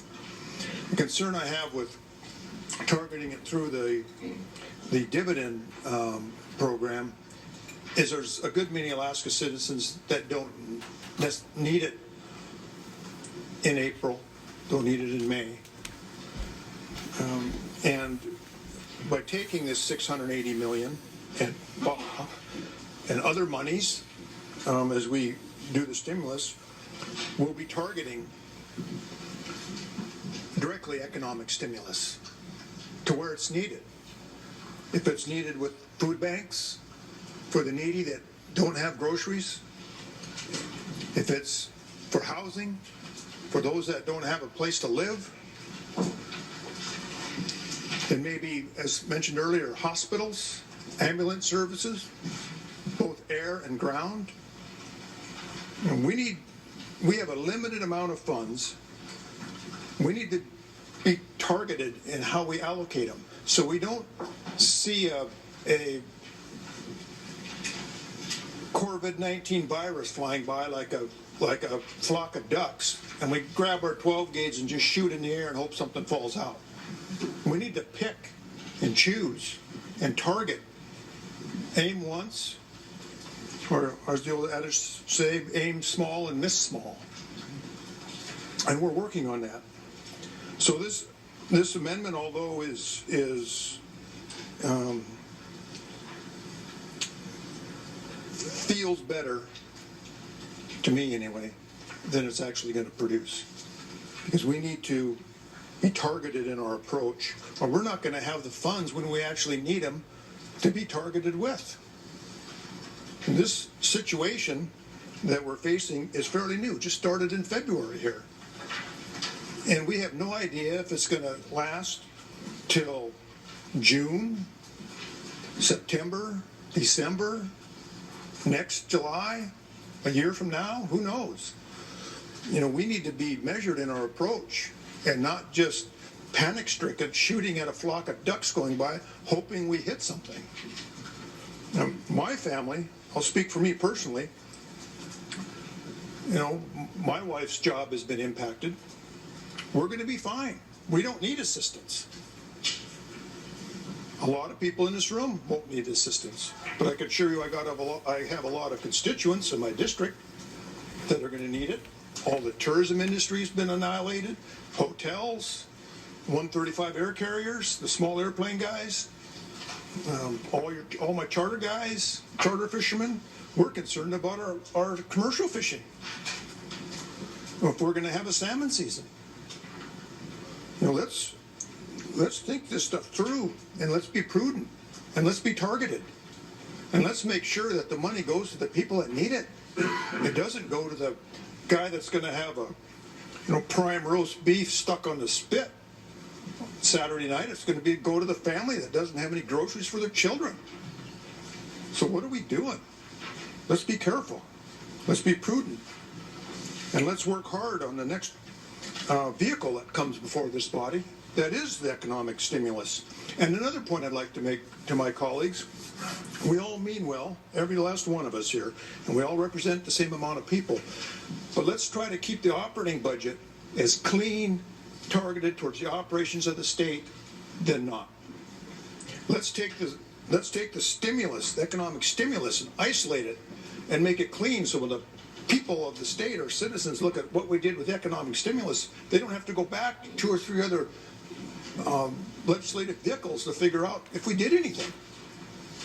Let's make the message clear, concise, and immediate. And what we're talking about is a couple of days, 3-4 days worth of a process here before that other vehicle is on the floor. So let's be measured in our approach and be very careful with the funds we have left, so they go to the needy and not the bloated or the greedy. Thank you, ma'am. Thank you, Senator Stedman. We are on amendment number 6. Is there further discussion? Senator Machicki. Thank you, Madam President. I move amendment number 1 to amendment number 6. There's been objection. Senator Machicki. Thank you, Madam President. I was obviously deeply divided in my own head on amendment number 1, and there's a reason for that. That reason is I have been getting an enormous amount of emails from folks that have never contacted me about a permanent fund dividend before. These are very, very tough times. You know, I recently saw a, let me tell you what the amendment does first. What this amendment does is, since we have no idea what life is going to look like this fall, is it removes the fall PFD from this amendment, or with this amendment, and it allows this amendment to pay through the 2019 FY20 funds for the $1,000 in the amendment. So it's same dollar amount, but it's putting money into the community that's important right now. And it helps those folks that are shopping for being in lockdown, that are likely not going to have a tourist season, that are likely not going to have a commercial fishing season of any significance, that are worried and spending money on things right now to get through this issue. We have no idea what the fall looks like. This puts some money into the community for people to hopefully use very wisely and to keep in reserve over the next couple months as some of these costs hit their households. It's not as much as amendment number 1, but what this does is it says the fall discussion, we know we're going to get back together. We're going to recess when we leave here. We are going to have more work to do as a legislature. But it does remove the fall PFD from this bill and puts money into the communities right now. So our discussion is on the amendment to amendment number 6. Is there further discussion on the amendment to the amendment? Brief at ease. Senate, please come back to order.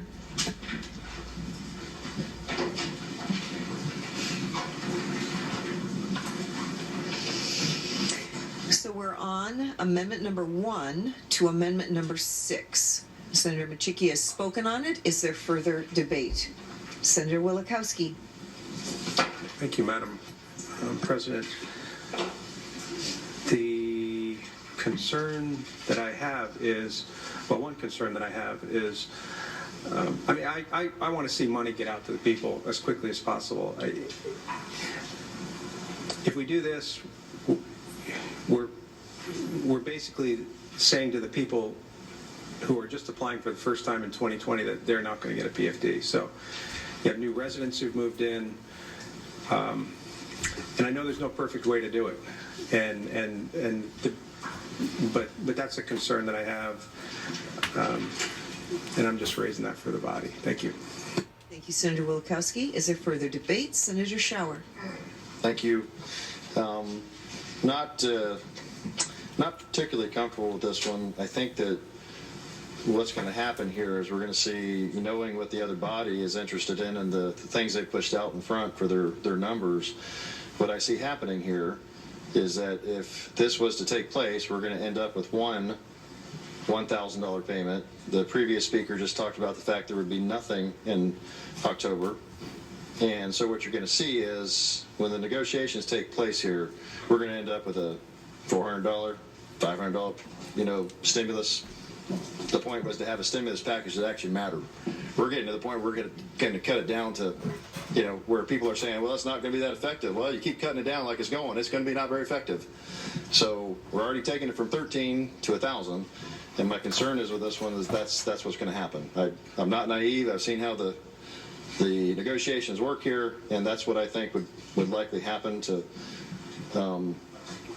this if we don't end up with this $1,000 stimulus package now. And then again, I acknowledge what happens later in the fall. We're going to have to come back. There's no doubt.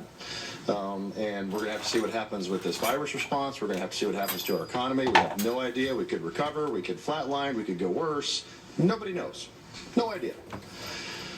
But what I don't want to do is bank on what may happen. As I've talked all along, is I want to get that into people's hands now, but I don't want to affect something that may happen later, because other members in this body have even said we may need the help later too, depending on how this plays out. So I would rather leave things where we have them in place to get something out now that the people desperately need, and have something at least to discuss in the fall if people still need it. If we have to change things, we can do that. I don't think we should interrupt the process. So I would, I'm going to not support this amendment. Thank you. Thank you, Senator Shower. Senator Reinbold. I rise for clarification on amendment number 1 to amendment number 6. If I'm reading this handwritten amendment right, which I'd like clarity on, it basically removes the dividend for the fall, and I believe it fast forwards it till now, but there won't be a $1,000 stimulus now and a $1,000 dividend in the future. If you guys could please clarify that, I would appreciate it. Thank you. Thank you, Senator Reinbold. Is there further debate on amendment number 1 to amendment number 6? Seeing none, wrap up, Senator Machicky. Madam President, I'm trying to strike a balance here. I don't know what happens in the fall. Again, we're going to be getting back together. There's no doubt in my mind that there are costs that we don't know about at this point. Do I need to start over, or are we okay? Do need to start over. Madam President, I'm trying to strike a balance here. I think Alaskans need a reserve delivered to them at this point. We have no idea what the fall looks like. So what this does do is today it removes that fall PFD and it gives them to people today. We are going to be getting back together. No! I can assure you of that. We have no idea what the effects of COVID-19 look like in our communities and across our state. I've talked time and again about the fact that our typical industries that did very well when oil was down, like tourism and commercial fishing, may very well likely not have a season this year. There's all those untold people that will not be helped by the stimulus packages we're talking about, or are unlikely to be helped by those stimulus packages. And we talked about haircutters and people like that that may not have the traditional UI protection, unemployment insurance protection.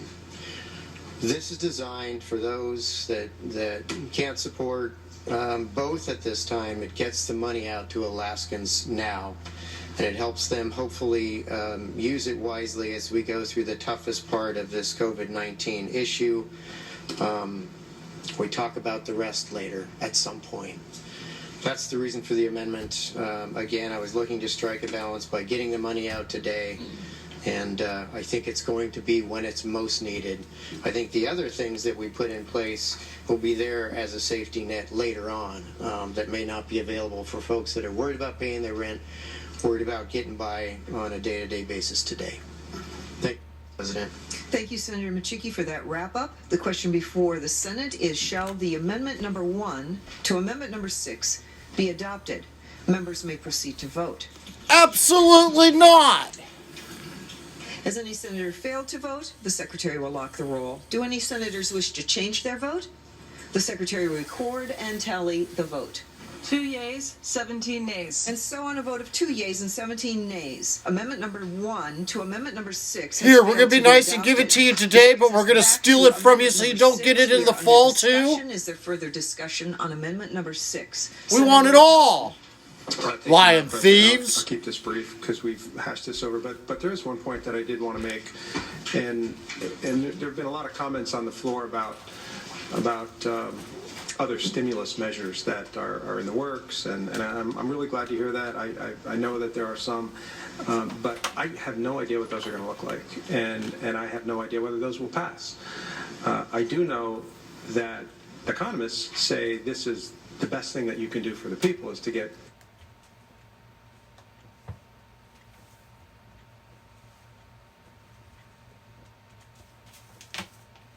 cash pay. For those who think that stimulus measures will be passed and they'll be good and they'll be targeted and they'll really solve the fundamental problem that we have. But this is a process, and if we don't pass anything, if we don't pass any stimulus measures and we don't have a stimulus PFD, then people are really going to be hurting. And I would suggest, if you're on the fence, put this in. Put this emergency PFD, supplemental PFD, whatever you want to call it in.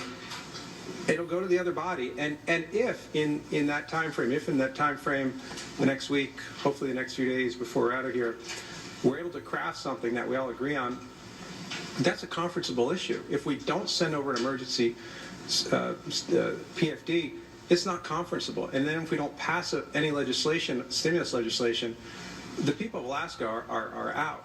So I would suggest we send this over the way it is, and then if we do come up with some fantastic stimulus package, then this becomes a conferenceable item.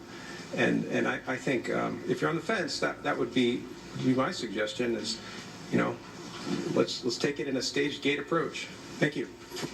Thank you, Senator Wielechowski. Under discussion, Senator Bishop. I agree with the previous speaker on the stage-gated approach. It's very important. And money in the hands of the working people is important as well. We know what our fund balances are, and just by chance, we got $1,000 dividend in the bill. But let's think about this. We've said we're going to come back. We should take a stage-gated approach. But for an employee to have a job, there's got to be an employer. So think about that. There's got to be an employer. But you can't have an employer, can't have a business without employees. So the two are connected right at the hip. So I would suggest that for me, my thought process is we don't know what we're going to have to do yet for the employer. So, thank you. Those are my comments. Thank you, Senator Bishop. Under discussion, Senator Reinbold. Thank you, Madam President. So basically, my comments are in regards to Amendment number 6 is basically, right now we're in unprecedented times. There's doctors, dentists, small businesses that are emailing me, texting me, calling me. It's very alarming, and it's difficult, very difficult time for them. Our budget doesn't always have to just take care of a specific, population. Sometimes it's just so important to take off the government filters, to take off the political filters, to take off the special interest filters, and be fair to every single Alaskan. I actually prefer to do the permanent fund dividend on the statute or the payback based on a statute. I think that's the most fairest, logical way, and it legally helps back us up. However, in this time, I am going to support this $1,000 now because we are in unprecedented times. This may allow parents to help their kids homeschool right now. It may help them keep their house. It may help them keep their employees or payroll. I think right now is the time. The structure is already in place. Let's just use the structure in place for the permanent fund dividend and the way that it's paid out, and go ahead and get $1,000 out to each and every Alaskan and show we care. Thank you. Thank you, Senator Reinbold. Under discussion, Senator Coghill. Thank you, Madam President. Madam President, I'm going to speak against Amendment number 6. You would. It's not with the intention of speaking against the people of Alaska and their needs. Yes, it is. Madam President, as a praying man, I couldn't be more sobered by the events that have come upon us over these last weeks, I'm sorry. And it is true that imminent help is absolutely necessary. So I'm not going to disagree with all of those things. Paying 2 dividends in 1 year would be nice. But I think the people of Alaska need to understand that the very thing that we depend upon to help them are the income resources that we have available to us. They have pay us 1 dividend, $7,700, and get it over with. Alaska. And Madam President, we do have some savings, and it is true, and it would be true for those who have 401ks that if the government said, hey, cash them in and buy yourself some groceries or pay your rent, those would if that was what you had to do, maybe that's what you would do. But at this point, we have responsibilities, and no disrespect, but if we had responsibilities as a family, if you had a 401k and you wanted to cash it in because you had people in the hospital, that might be different than, say, paying the rent. Well, we're kind of in that situation as you look at it. We do have cash available. That is true. The earnings of the permanent fund still have some money in it. But we haven't seen what's going to happen in our public safety. We haven't seen what's going to happen in our health and human services. We have open-ended appropriations for our Medicaid budget, but we still pick up at least 60% of it, somewhere in that neighborhood. That will be an open-ended check that we will have to write for the well-being of the people of Alaska. We have responsibilities to keep the transportation system going. We need that security of food. There are commerce capacity issues, notwithstanding the whole world is slumping right now, trying to hunker down, stay out of the way of each other so that the disease does not spread. That did not get caused by the government. The government's trying to respond to keep people safe. And so the cash assistance is important. Don't get me wrong, it's important. But is it important to do one now and one later? If you can't afford to do one later, should we do one now? And those are the kind of the hubs and choices that we've been given. This is not a fun choice, as most people have said. I would rather see us have one that we know we can do in the autumn, as the fishing season's gone, the gardening season is gone, the things that people have been able to do to make their way the best they can under this worldwide slump. That we're all in on. We're not trying to disrespect anybody. We're trying to say what's the prudent way to go forward. And paying out $1,000 now would be nice. But if we can't pay one later,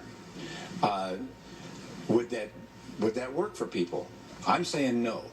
And so the prudent choice, in my view, is to hold on, go into the summer with the best we can, helping each other, and we're going to have to lean on each other. There's no doubt in my mind, whether it's a small business, government workers, healthcare workers, we're going to have to lean on each other like you have never seen, probably. And I would encourage all of us to think about that. And yes, this would be nice, except for our diminishing resources may not allow us to continue on what we have planned in this bill. So with that in mind, I think the well-being, our education capacity, people haven't talked about it. I know kids are going to homeschool. One would think we're going to save money doing that. Not so, Madam President. We have to rev up whole new systems in order to help people who are doing distance education, still having the sunk costs that we have, just like mortgages and for people who are left out of work. So we're in it together. I get that. And yes, this would be nice, but Madam President, I'm going to have to speak against the amendment because I think if we're going to have cash available to help our people, we do it in the normal cycle of things, and it just happens to be that's the best time to do it. So I'm going to speak against Amendment number 6 with no disrespect for those who want it now. I get it. And what I think the cautionary note that I would put out to everybody is we have the cash now, but it's going away fast. We know we can. We know that we can hit the target to get an autumn dividend by putting a circle around it, but we don't know if we can do both of these. And so I would rather have our public safety system, our healthcare system, our transportation system, our food security system, make sure that the government can act responsibly on those. And this $680 million may very well be needed in that account. So I'm sorry to the people of Alaska. Wish we could just do it all, but I don't think we can, Madam President. Thank you, Senator Coghill. Amendment number 6 is under discussion. Is there further discussion? Seeing none, Senator Shower, do you have wrap-up? Thank you.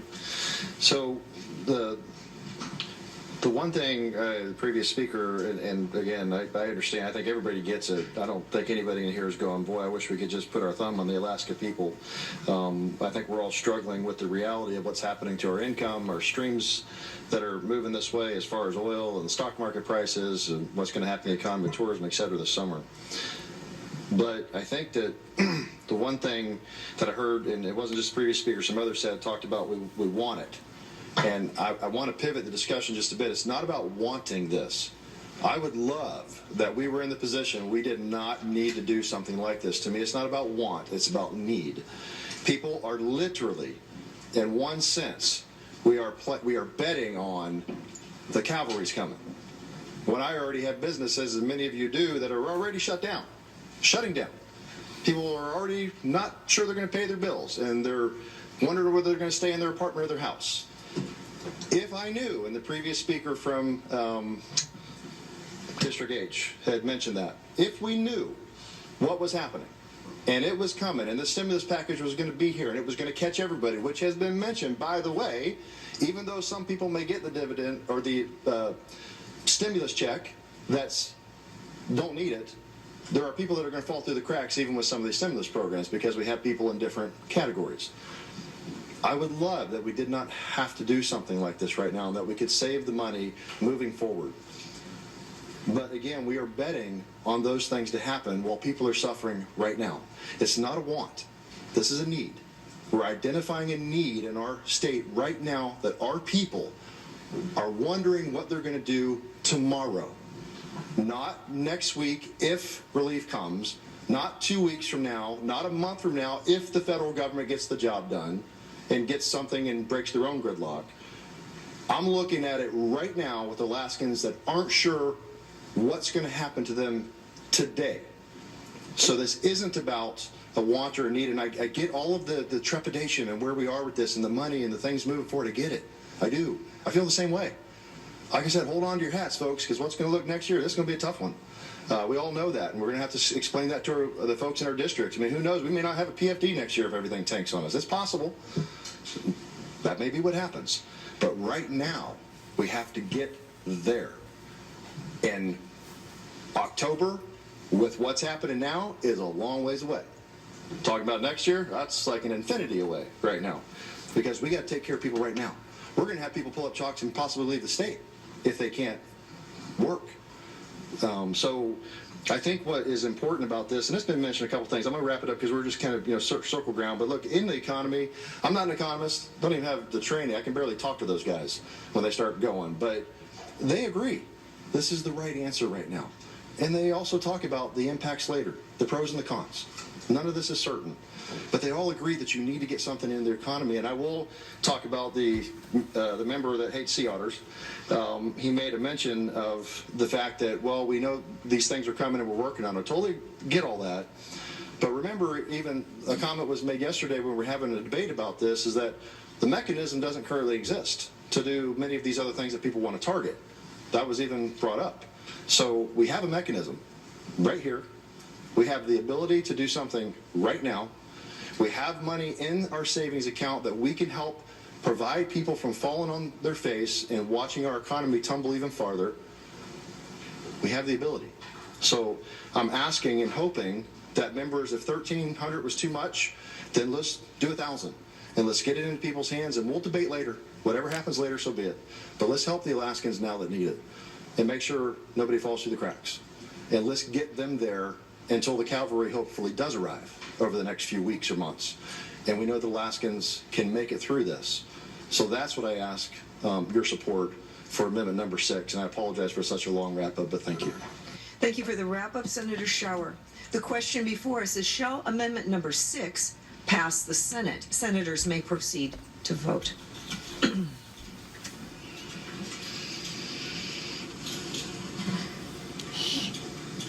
Has every senator cast their vote? The secretary will lock the roll. Do any senators wish to change their vote? The secretary will record and tally the vote. 12 yeas, 7 nays. And so on a vote of 12 yeas and 7 nays, amendment number 6 has been adopted. Wow. We will now take a recess, brief at ease which will last until precisely 2:15. Currently, the Permanent Fund Dividend Corporation is showing $65 billion inside of the corporate funds there. That is both the corpus and the ERA.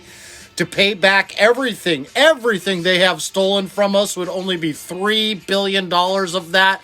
That would still be $6,200,000 there. Of Alaska state government on Gavel, Alaska is made possible by $62 billion sitting there. And they know it. They just want to make sure that we don't have no access to our own money. They would rather give that to the special interests of Alaska, to make sure that the unions are well funded, to make sure that our education is well funded.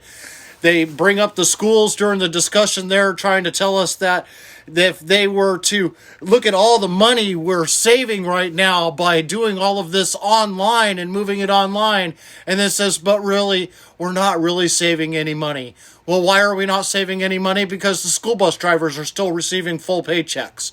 The janitors are still receiving full paychecks. The triple administrations that they have out there is still receiving full paychecks. We've got 504 schools out there that have 54 districts that are all run by the triple kit administration that they have. Eliminate all of that out of the picture. Eliminate the schools, the janitors, the busing system, all the BS crap that they have involved with it.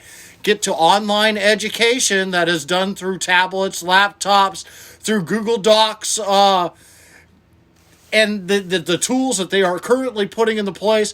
I know several of the Valley schools that have already restarted school as of today.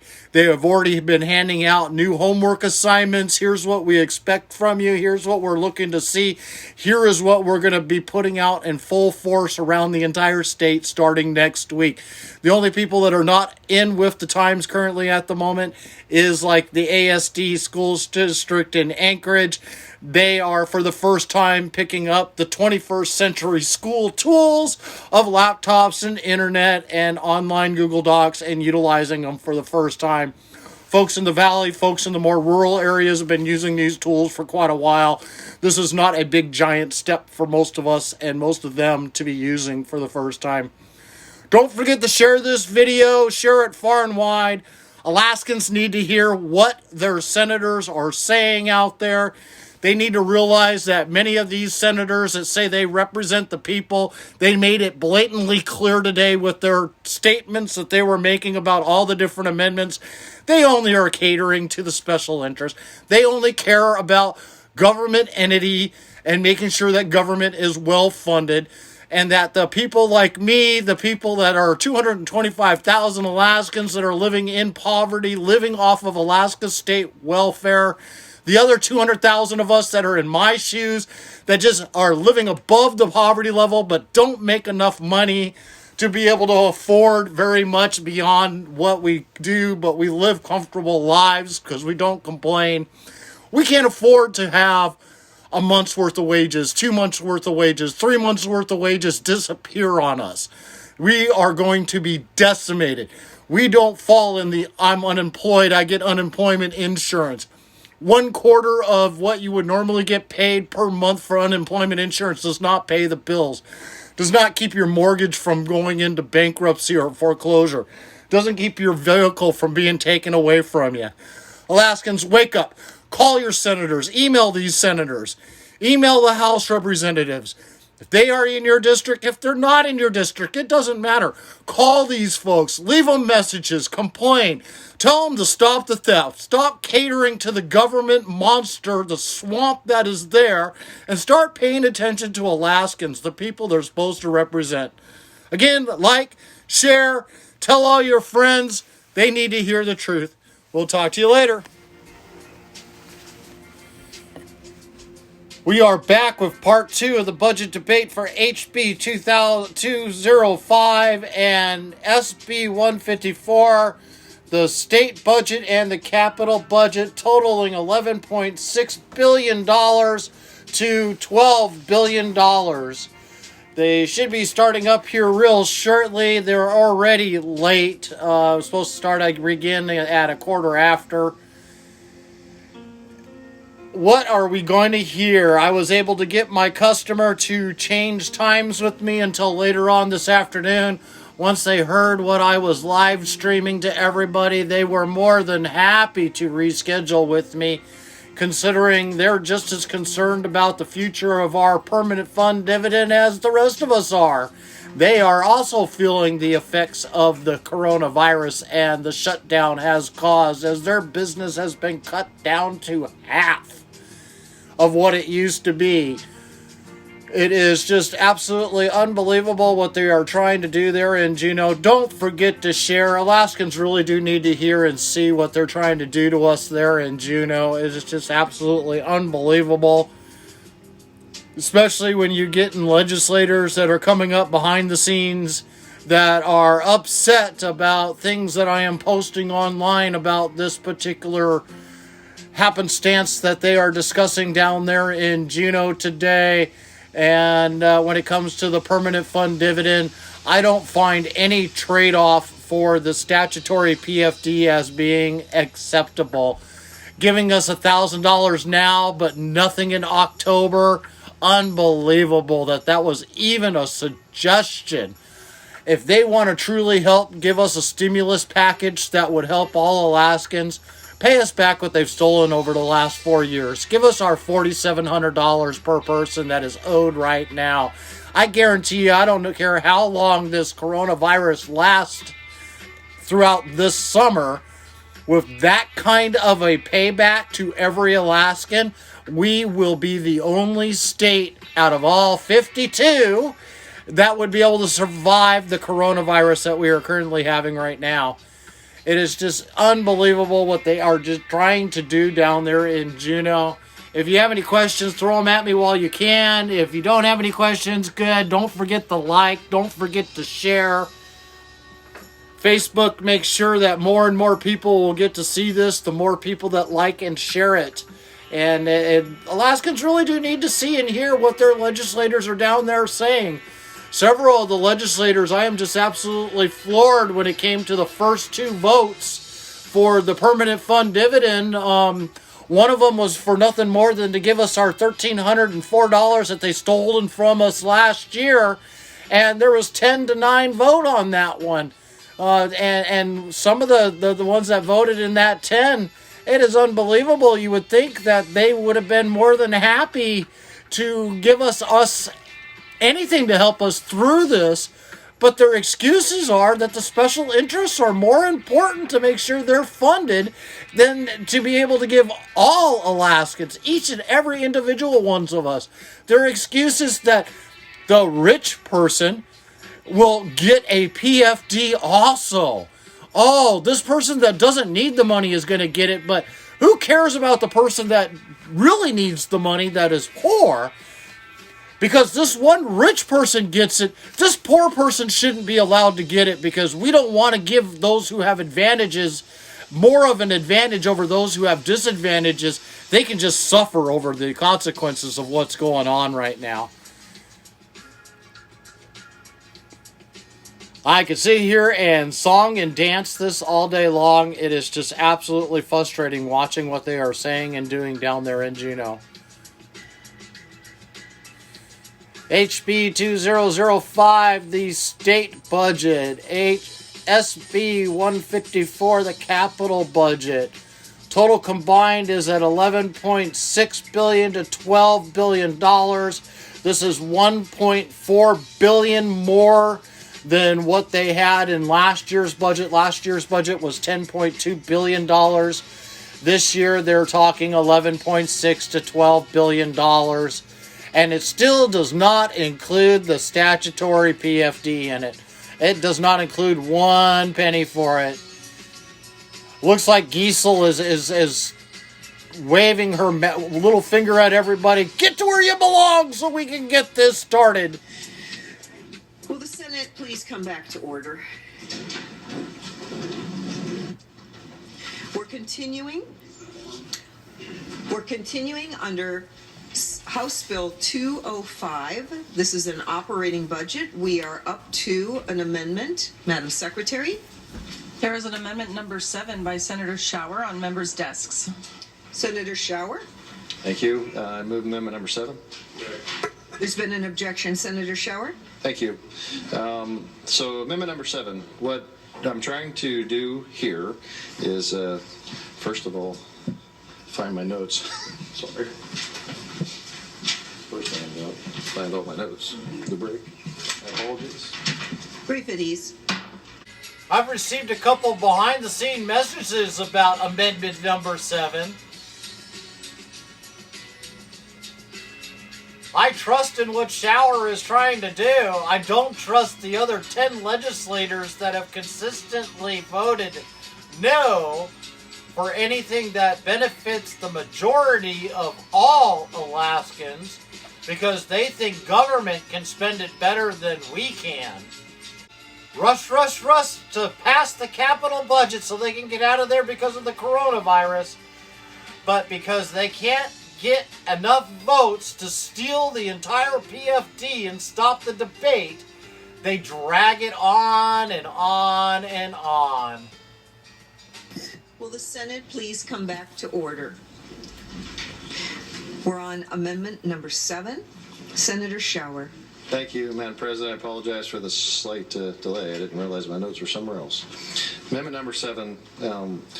What I'm trying to say here is this isn't about the anything to do necessarily with the executive branch, but it is again intent language. And what I'm trying to set here is that knowing that we're going through an economic crisis with what's taking place, we've talked about it before, the drop of oil, stock market, and what's likely to happen with tourism and other industries in our state. And we've heard it mentioned many times by folks over the last week or so about fiscally, we need to be careful. We need to apply those kind of conservative principles to keep things low and be constrained in what we're doing as best as possible, knowing that we'll be back in January or before to continually or to reassess where we're at. This intent language is designed to do this. It's nothing to do with reducing the budget. Whatever budget is passed gets sent on, so we're not talking about that. This is a restriction, not a reduction. This happens in the governor's office. They already do this at times with OMB when things get tight. They'll have a restriction on the budget for X amount.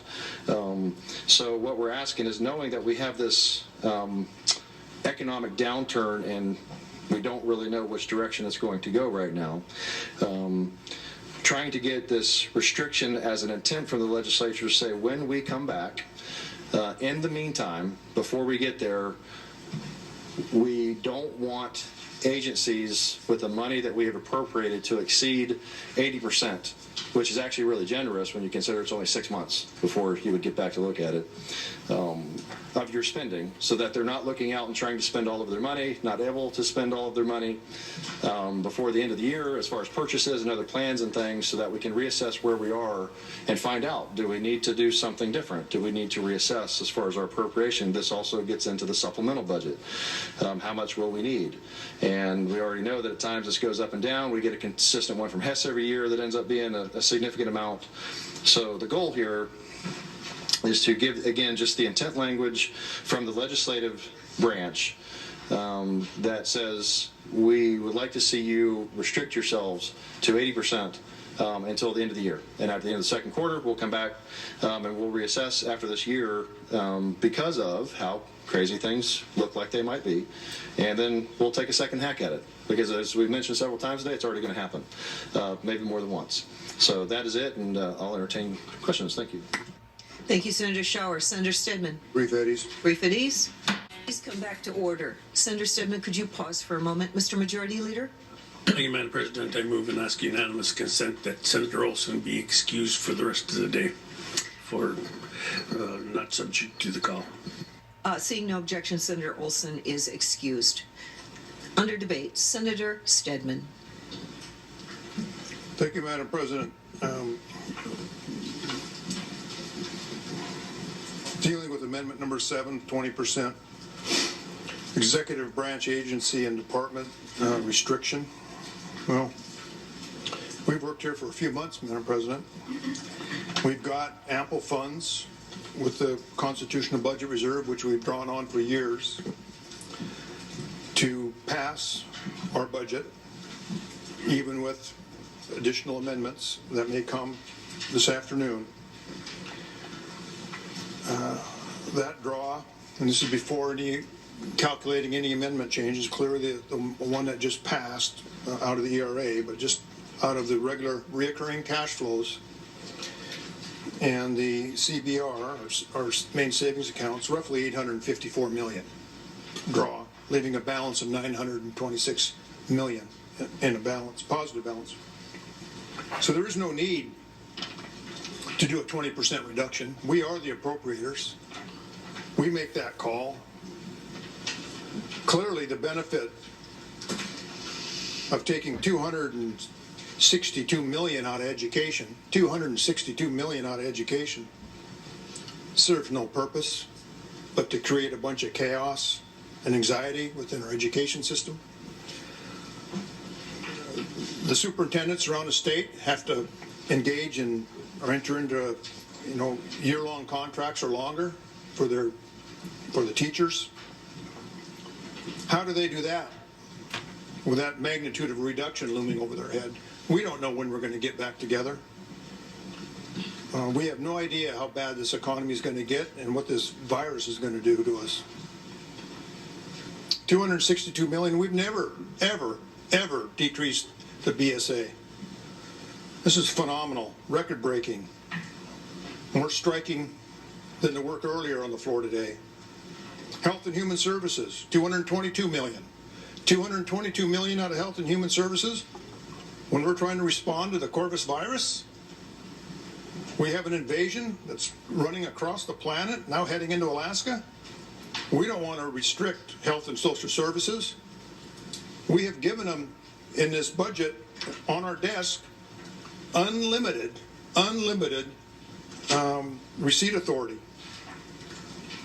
for federal funds. We don't know how much we're going to need. We don't know how much they're going to send, but we're going to take whatever they're going to send us. 222 million roughly out of 1.11 billion. Fall over here right here at the counter. University, take another 57 away from the university, 57 million. University, or 60 million, somewhere in there. The university's having trouble the way it is. They'd have no guarantee when they're going to get access to the rest of the funds. Corrections, take 68 out of the prisons. We're not going to take 68 million out of the prisons. Those guys, frankly, deserve to be in prison. They got there for a reason. Transportation, 320 million. Well, let me tell you, Madam President, what we're doing with transportation. We have, in the budget in front of us, the ability to receive federal funds so we can keep our horizontal contractors and building maintenance going, and airports. We're not going to shut down our highways. We're not going to not be able to take federal receipts. We're going to keep the economy going in Alaska as best we can, and DOT, Department of Transportation, road construction is a job-creating, economic expanding unit of the state. We want those construction projects to go to bid. We want those employees working.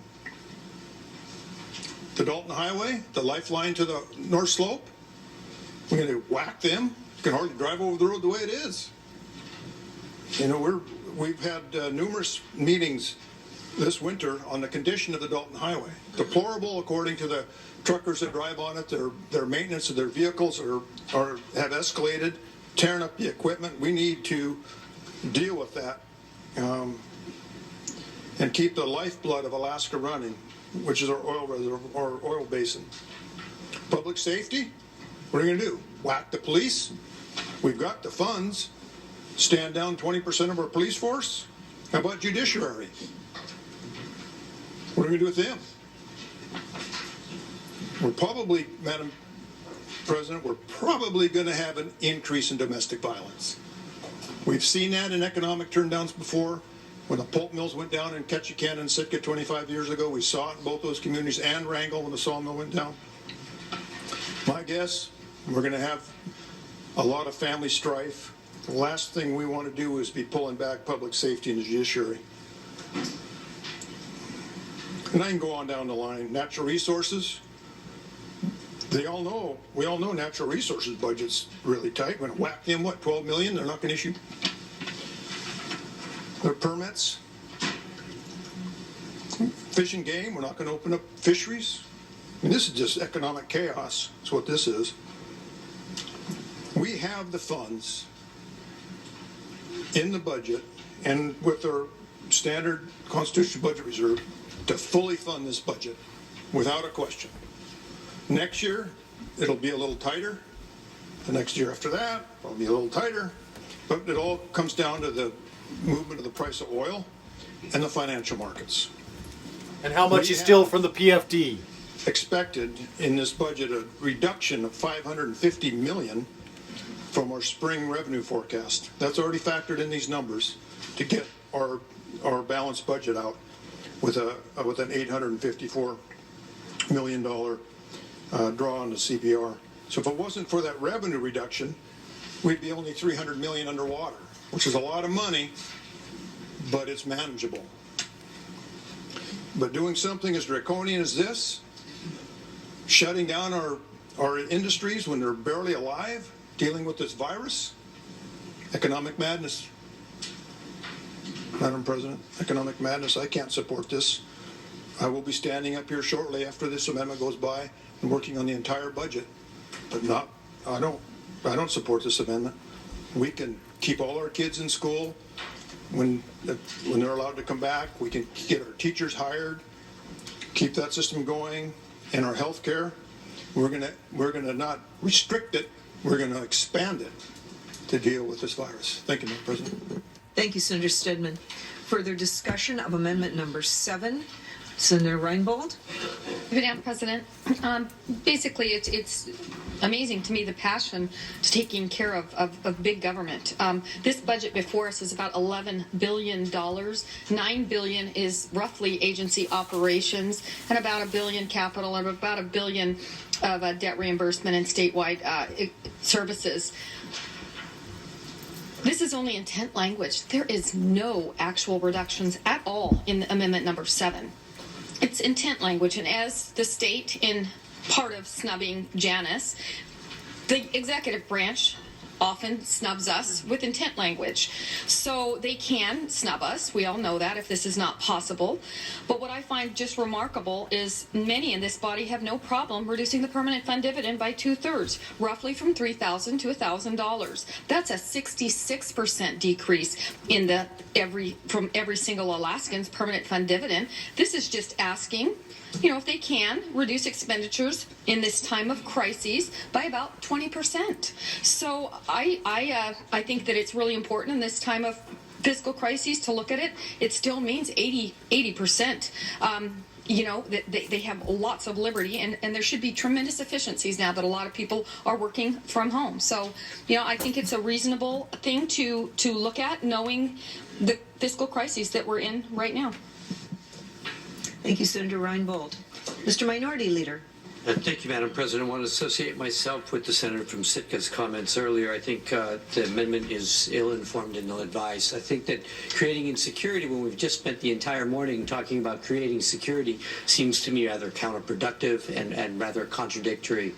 So it is my opinion that what we need to be doing is sending a concerted message to the public that we're looking for, that is looking for relief, and not say we're going to give you relief on one hand and then on the other hand we're going to restrict your services that would be provided to you. So, hey, make it work however you can.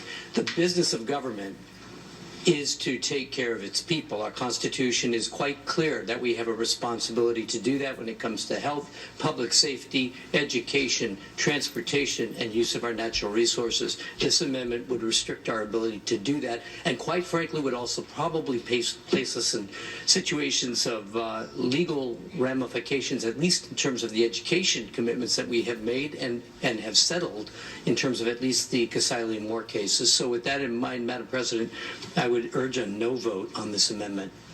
Thank you, Mr. Minority Leader. Under discussion, Senator Hughes.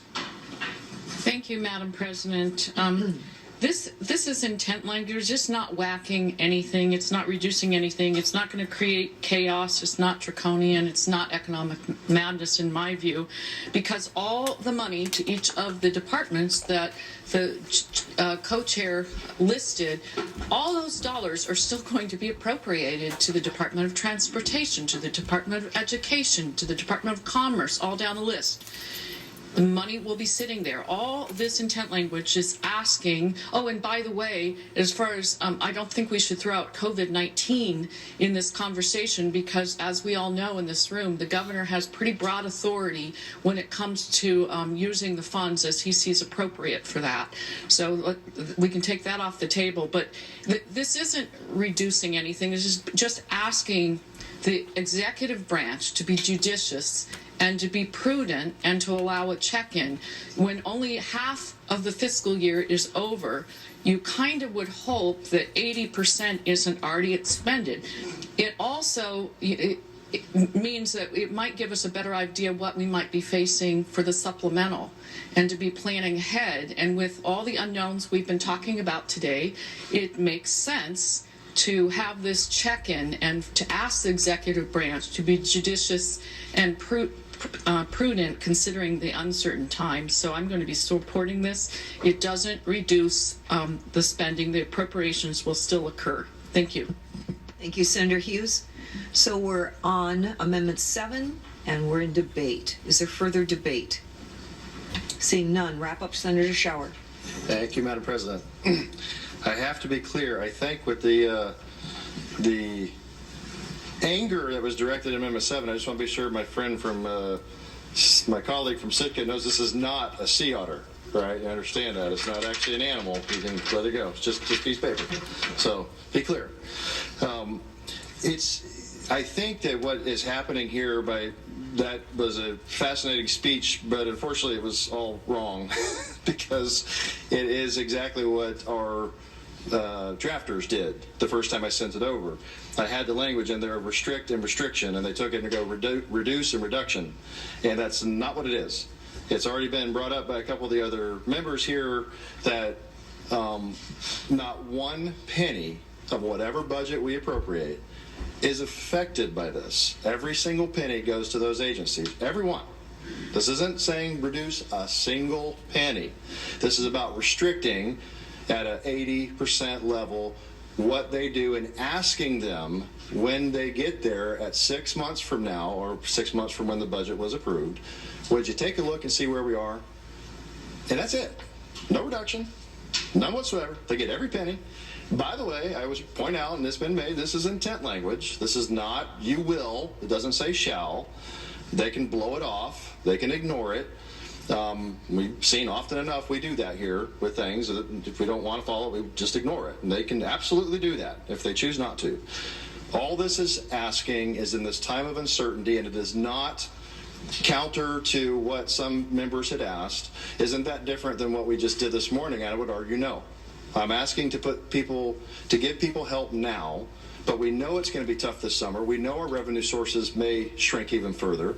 So I'm trying to be consistent by saying help the people now, and when we get 6 months from now, once this budget's out, assess where we are. And let them know that the legislature is highly interested in knowing where we are at 6 months and what we're going to do. So that's the point of it, is not to restrict, not to reduce, not to take a penny away if they need it. They'll still have it. We're still going to come back and do a supplemental. I'm merely asking that, hey, folks, we all know over the next few months it could get tough. And so please, agencies, be cognizant that the legislature as well is looking at how we're going to spend money and where we will be a few months from now for all the discussions we've had, actually. All this about revenue and where we're going to be, how much money we're going to have. It's an absolutely salient question to ask. 6, 7 months from now, where are we? And how do we need to assess? And that's it. So I just want to be clear. It get a little confusing there, and I understand why based on other folks, but it's not at all what was represented there, and it's just a intent language, nothing more than to ask people to reassess here in a few months where we're at, and let them know that the legislature as well is trying to do the right thing, and we need to be good stewards of the money that we're appropriating as we go through this time. That is all. Thank you, Madam President. Thank you for the wrap-up, Senator Shower. So the question before the Senate, shall Amendment number 7 be adopted? Senators may proceed to vote. Has every senator voted? Or, Secretary will lock the roll. Do any senators wish to change their vote? The Secretary will record and tally the vote. 5 yeas, 13 nays. And so on a vote of 5 yeas and 13 nays, Amendment number 7 has failed to pass the Senate. No surprise. Senator Von Imhof. Thank you, Madam President. I move and ask unanimous consent to rescind the previous action in adopting Amendment number 6. Hearing no objection, there's been an objection. Senator Von Imhof. Thank you, Madam President. There is already a dividend in this original bill, and Amendment number 6 was a second dividend, and I just ask that this that will put our fiscal situation in a little bit more of a problematic state, and I ask to consider rescinding the action for Amendment number 6. Thank you, Senator Von Imhof. Briefadese. Holy crap! So, Senator Von Imhof is now suggesting that the one and only amendment that would have gave us an extra supplemental budget of the PFD that they have stolen from us, the only one that has passed, she now wants to have a revote on that and have it completely eliminated so that it doesn't happen. So that we're all on the same page here of what's going on. Many of the bills or amendments that they did try to pass would have completely eliminated the permanent fund in October and said, this is all you're going to get. Those bills and amendments got stopped. Only one amendment came through. They're calling it a stimulus, not a repayment of the past PFD. I'm not too sure how that's going to pan out. But this is, again, only going through the Senate right now. This still has to go through the controlled House. The caucus in the House is not like it is in the Senate. They are completely 100% Democrat, Socialist, Rino controlled over in the House. The only saving grace that they have in the Senate is as many of them are still, even though they vote with the Rhinos, they still have a little bit of the Republican values in there, and they know that us constituents, and that's the reason why you saw it on that last vote there when they tried to amend Amendment number 6, and the way it voted out is because the Republicans are trying to stand their ground just a little bit to make themselves look good. But again, this is only in the Senate. Once it gets to the House, it'll be stripped out, just like they did last year with House Bill 2001, which everybody in the Senate but 3 people voted for, that turned our permanent fund dividend into tax revenue. Even the people that were complaining to me on the backside here just a little bit ago on the break, when I threw out there about HB 2001 and their vote on it, amazingly, their comments on the backside to me completely ended. It's time to start. Will the Senate please come back to order?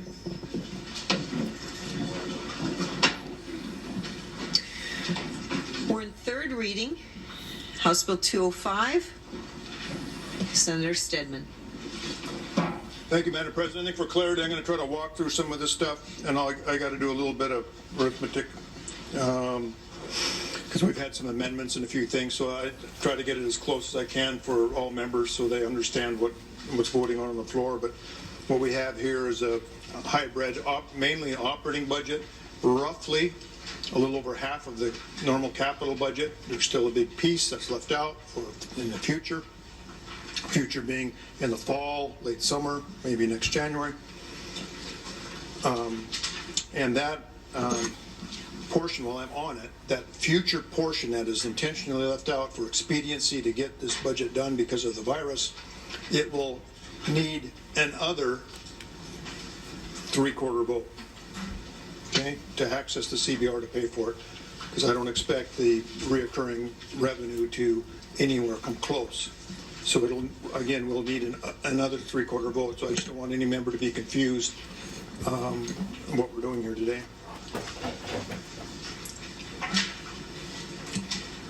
So in response to the COVID-19 pandemic unfolding around the world, the Finance Committee's added many important parts of the state's capital budget to the operating budget. As such, I'm going to go over some of the higher changes. The unrestricted general funds were roughly $48 million before the amendment number 8. Now we're up 150, I'm say 160 million rounded off over the House of the other body. So we're roughly sitting around $4,620,000,000. This includes a $1,000 dividend for roughly 680,000 Alaskans.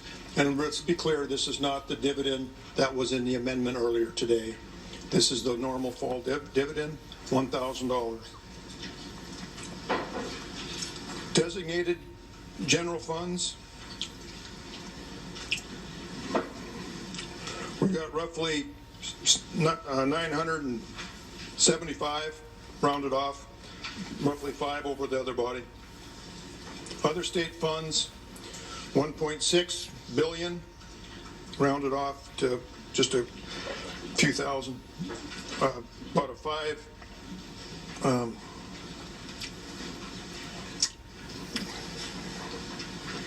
Yeah, about 500 million, or excuse me, 5,000 less than the other body. Sometimes we go in truncated numbers, Madam President. Sometimes we don't, so I want to make sure I get the numbers close. Federal receipts. The last amendment added 2 million more in federal receipts. So we're at about $3,076,000,000 in federal receipts, up about 3,836, or 3,836 plus 2. So we're moving right along and spending a lot of money. We're going to get into that shortly here. Okay, some of the changes. Let me hit some of the changes. In the Alaska Industrial Development Authority, we deposited in the ADA 14.5 million in Alaska Marine Highway funds, which was in the Governor amend budget. The permanent fund we removed inflation proofing transfer from the ERA to the corpus of 1.05 billion. Again, we removed it. We had previously taken care of that last year. Added a transfer of 680 million from the general fund to the dividend fund to pay approximately $1,000 dividend this fall. In the Department of Health and Social Services, we moved 9.3 million in the Anchorage Psychiatric Institute, increase from the language number section, and deleted corresponding contingency language. So just a move. This is very important for everybody. We have added open-ended federal receipt authority to Medicaid, mainly due to the virus. We don't know what they're going to send us, and we don't want to have a limit on it. Department of Labor and Workforce Development, we added open-ended federal receipt authority for unemployment insurance and workforce services. Again, because we don't know how bad we're going to get hit, but we know it's going to be a hard hit. The Department of Natural Resources, we moved $5 million from the operating language to the capital numbers section for fire risk reduction. The debt, we removed authority to issue revenue anticipating notes. We increased school bond debt reimbursement to 100%, 84.3 million. Unrestricted general funds, and 15.8 school fund. So that is part of this, looked at as part of the stimulus to help assist our communities. We removed 55 million in debt service for oil and gas tax credit bonds. Fund capital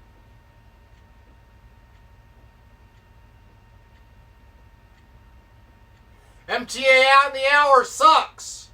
Utilization for schools, fund transfers, correction, fish and game revenue bond redemption fund balance transfer to sport fishing enterprise account, and that was moved to fund transfer section. The constitutional budget reserve section, which we all need to pay attention to, of course.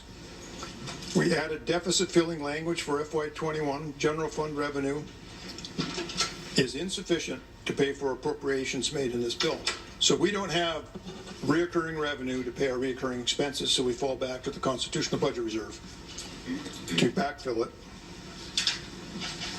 And roughly, that's going to be somewhere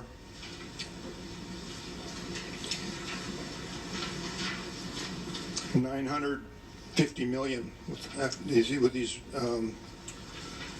amendments. And I'm going to go through the last amendment, Madam Chairman, for clarity here in a minute. A few sections, the agency and other notes. The University of Alaska received a $12.5 million reduction instead of the 25. Marine Highway, $5,483,900. That's to deal with, above the other body, and that's to deal with a backup vessel if needed next winter, so we're not stuck with one ship and it breaks down and we have no transportation. Public broadcasting is increased, and TV, $1,036,000. TV, 633 rounded off. Added redistricting as a multi-year appropriation into the legislature's budget for $2.5 million. And we increased an increase of $11.7 million to the Department of Corrections to fully fund the department based on increased inmate counts based on last year's efforts to toughening the laws, so our correction budget continues to climb. But if I could, Madam President, let me walk through the amendment, because it's an important amendment that we just adopted. And it'd be easier if I read it by section, because a lot of people will be interested in some parts and maybe not others. Pre-K. I got to read just 8 items. Item number 1 in it.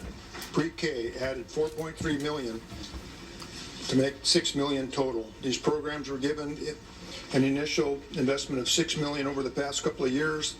This supports the effort to get more children into reading proficiency for the next year. The Alaska Library Network. This amendment includes a general fund appropriation of $635,900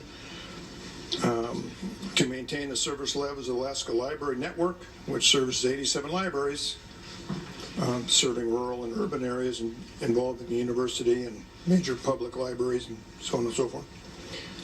Behavioral health treatment recovery grants. This amends, restores $70,200 in general funds to behavioral health grant administration that were vetoed from an appropriation bill earlier in this body. Again, that's $70,200.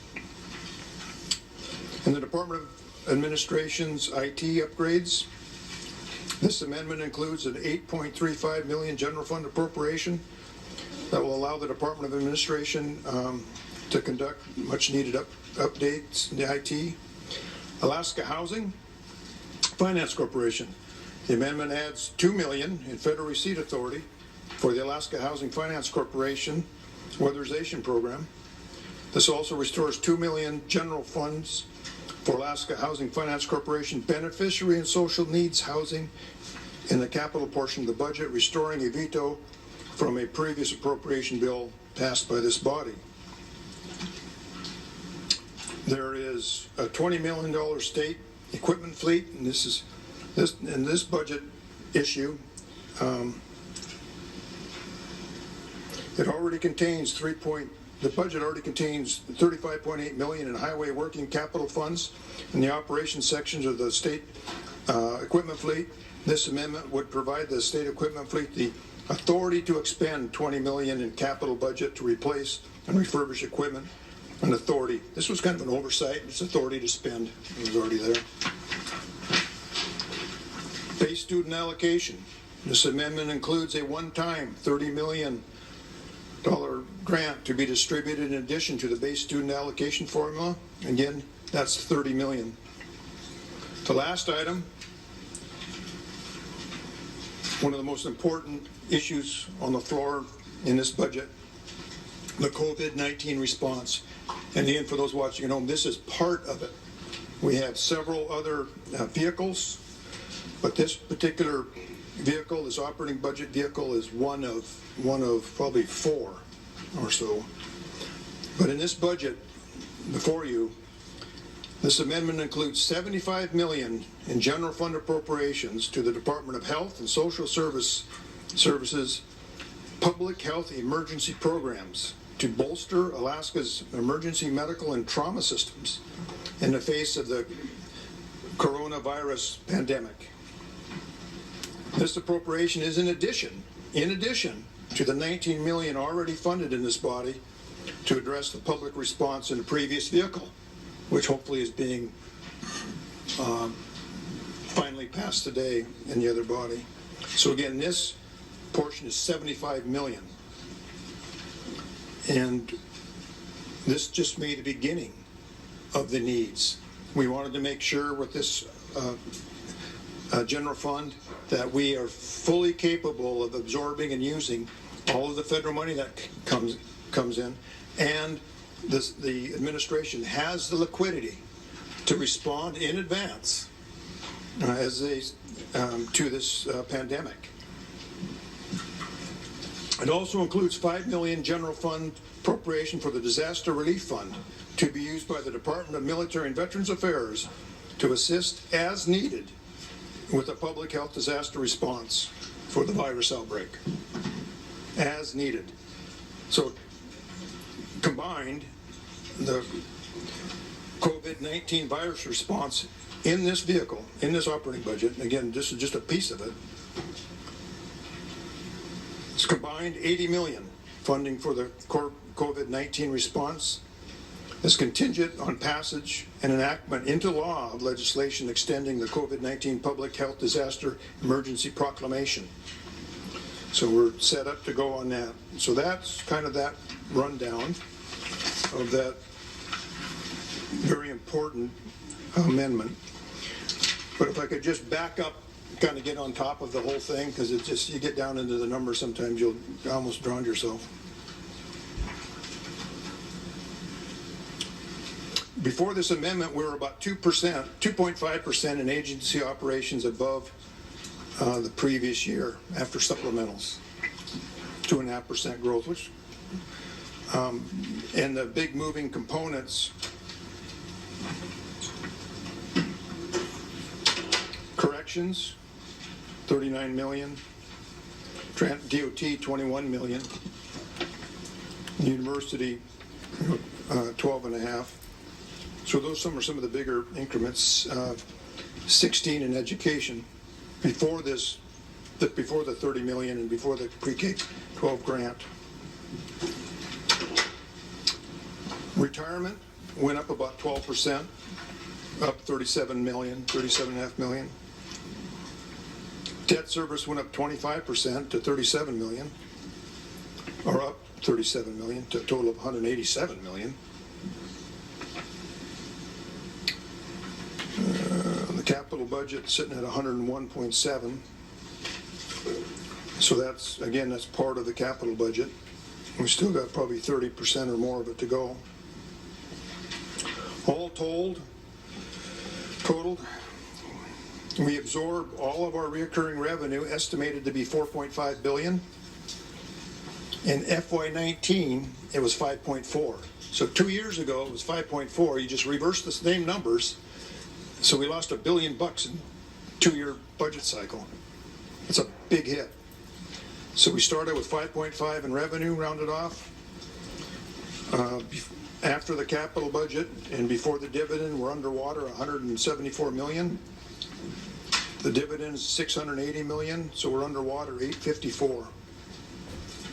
$855 plus, might as well add another 30. Might as well say it's $890. So So we start with almost 1.7 in cash in the savings account. It's going to make about 107 million. And then we're going to subtract about 900, 950. And then we'll have a remaining balance somewhere probably about 850 million. Again, depending on the price of oil, and mainly the price and production of oil. So all told,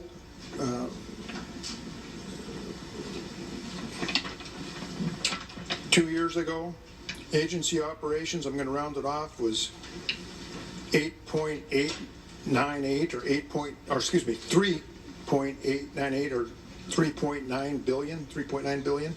We're now 3.95 billion.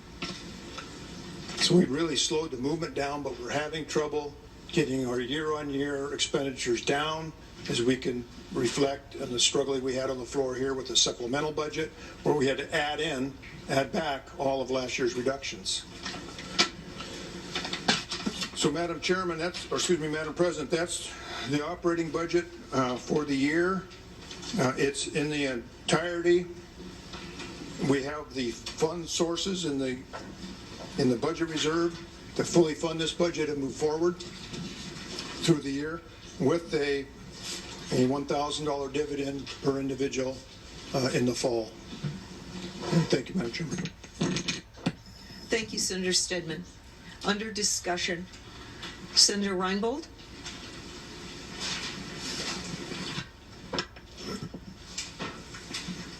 This is a really big budget, and it's bigger now than it was when we came to the floor today. When we came to the floor today, it was roughly $11.8 billion. With Amendment number 8, which just got passed, which I'd love to rescind and show a possible no vote, because it just automatically got objected. People weren't exactly paying attention. I would have likely been a no vote on that. But anyway, I don't know how much that added to the budget. With the stimulus, it, I believe, added roughly $680 million. So at a high level, UGF is $5.2 billion. Plus the $680 million if we do the stimulus. I know that might be dealt with in the stimulus.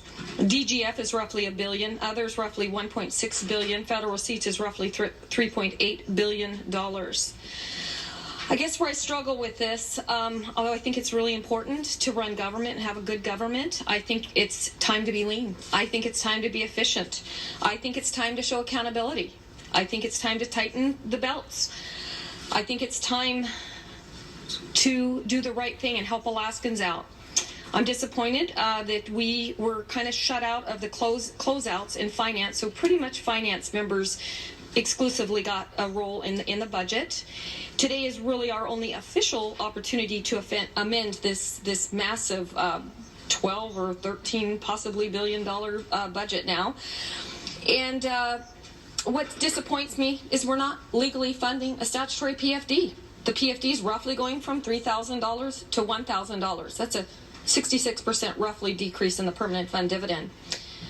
I understand there's a stimulus in here. I know that of $1,000, I know that might be dealt with in conference committee. I understand that there is the statewide services is around $1 billion. It looks to me from reading that we put the school debt reimbursement of $50 million in, and we took the $55 million of tax oil credits out that we owe those small businesses doing business in Alaska, and I think that could seriously impact them. I don't see accountability in this budget. I don't see meaningful reductions in this budget, and I am leaning right now on a no vote. Thank you. Thank you, Senator Reinbold. Under discussion of House Bill 205. Any further discussion? Any wrap-up, Senator Stedman? Madam President, I think as we go forward in these unprecedented times, we need to make sure that Health and Human Services have ample capacity to receive federal funds and expense them, that we respond swiftly to the needs of our citizens across the state, and we'll continue in in the agency operations over the next couple of years to try to put downward pressure on them. But we can't repeat what we did a year ago, where we had reductions and 6 months later had to add them all back. Since we left here in end of July and we're in January, we're adding everything back in, and not by choice. As we know from the supplemental, it was pretty darn skinny, so we have to make our payroll and pay our bills. With that, Madam Chairman, I want to add one other quick thing. There's CBR language in here that would allow us to access the savings account. It takes 3/4 vote to do that. And without that, we're going to have a funding shortfall of a sizable amount of money, pushing right under $1 billion. Thank you, Senator Stedman. Are you ready for the question? Shall House Bill 205 pass the Senate? Senators may proceed to vote.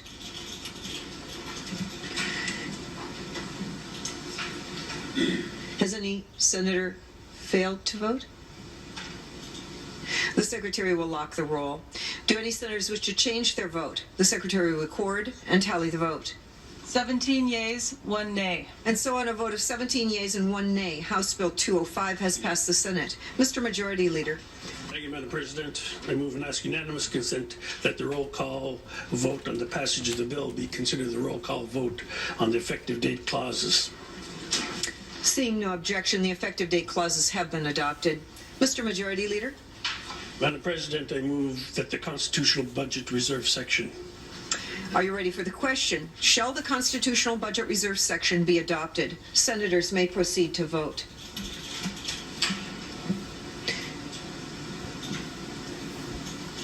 Has any senator failed to vote? The Secretary will lock the roll. Do any senators wish to change their vote? The Secretary will record and tally the vote. 17 yeas, 1 nay. And so on a vote of 17 yeas and 1 nay, the Constitutional Budget Reserve section has passed the Senate. Mr. Majority Leader. Madam President, I move and ask unanimous consent that the Senate concurrent resolution title change be taken up at this time. Without objection. Are you ready for the question? Shall Senate Concurrent Resolution 15 pass the Senate? Senators may proceed to vote. Has any senator failed to vote? The Secretary will lock the roll. Do any senators wish to change their vote? The Secretary will record and tally the vote. 18 yeas, 0 nays. And so on a vote of 18 yeas and 0 nays, SCR 15 has passed the Senate. Okay, that looks like that's going to be it for now. We've got to see what their entire agenda was. We've got House Bill 2005 has now passed the Senate. It was definitely along caucus lines. There was not a single person that voted yes for this that has not been bought out and paid for by the party. Kathy Giesel is a prime example of being owned by Alaska AFL-CIO. So is Lyman Hoffman that is standing up right there, Tom Begich, and a few of the other ones that are in power and control inside of there. The ones that voted no, they are the only ones that are not being controlled by the special interests. They are the ones that are listening to us, the constituents, the people that actually voted for all of these legislators to be in office. So hopefully everybody gets to see what and share what has been going on. They have passed this through the Senate.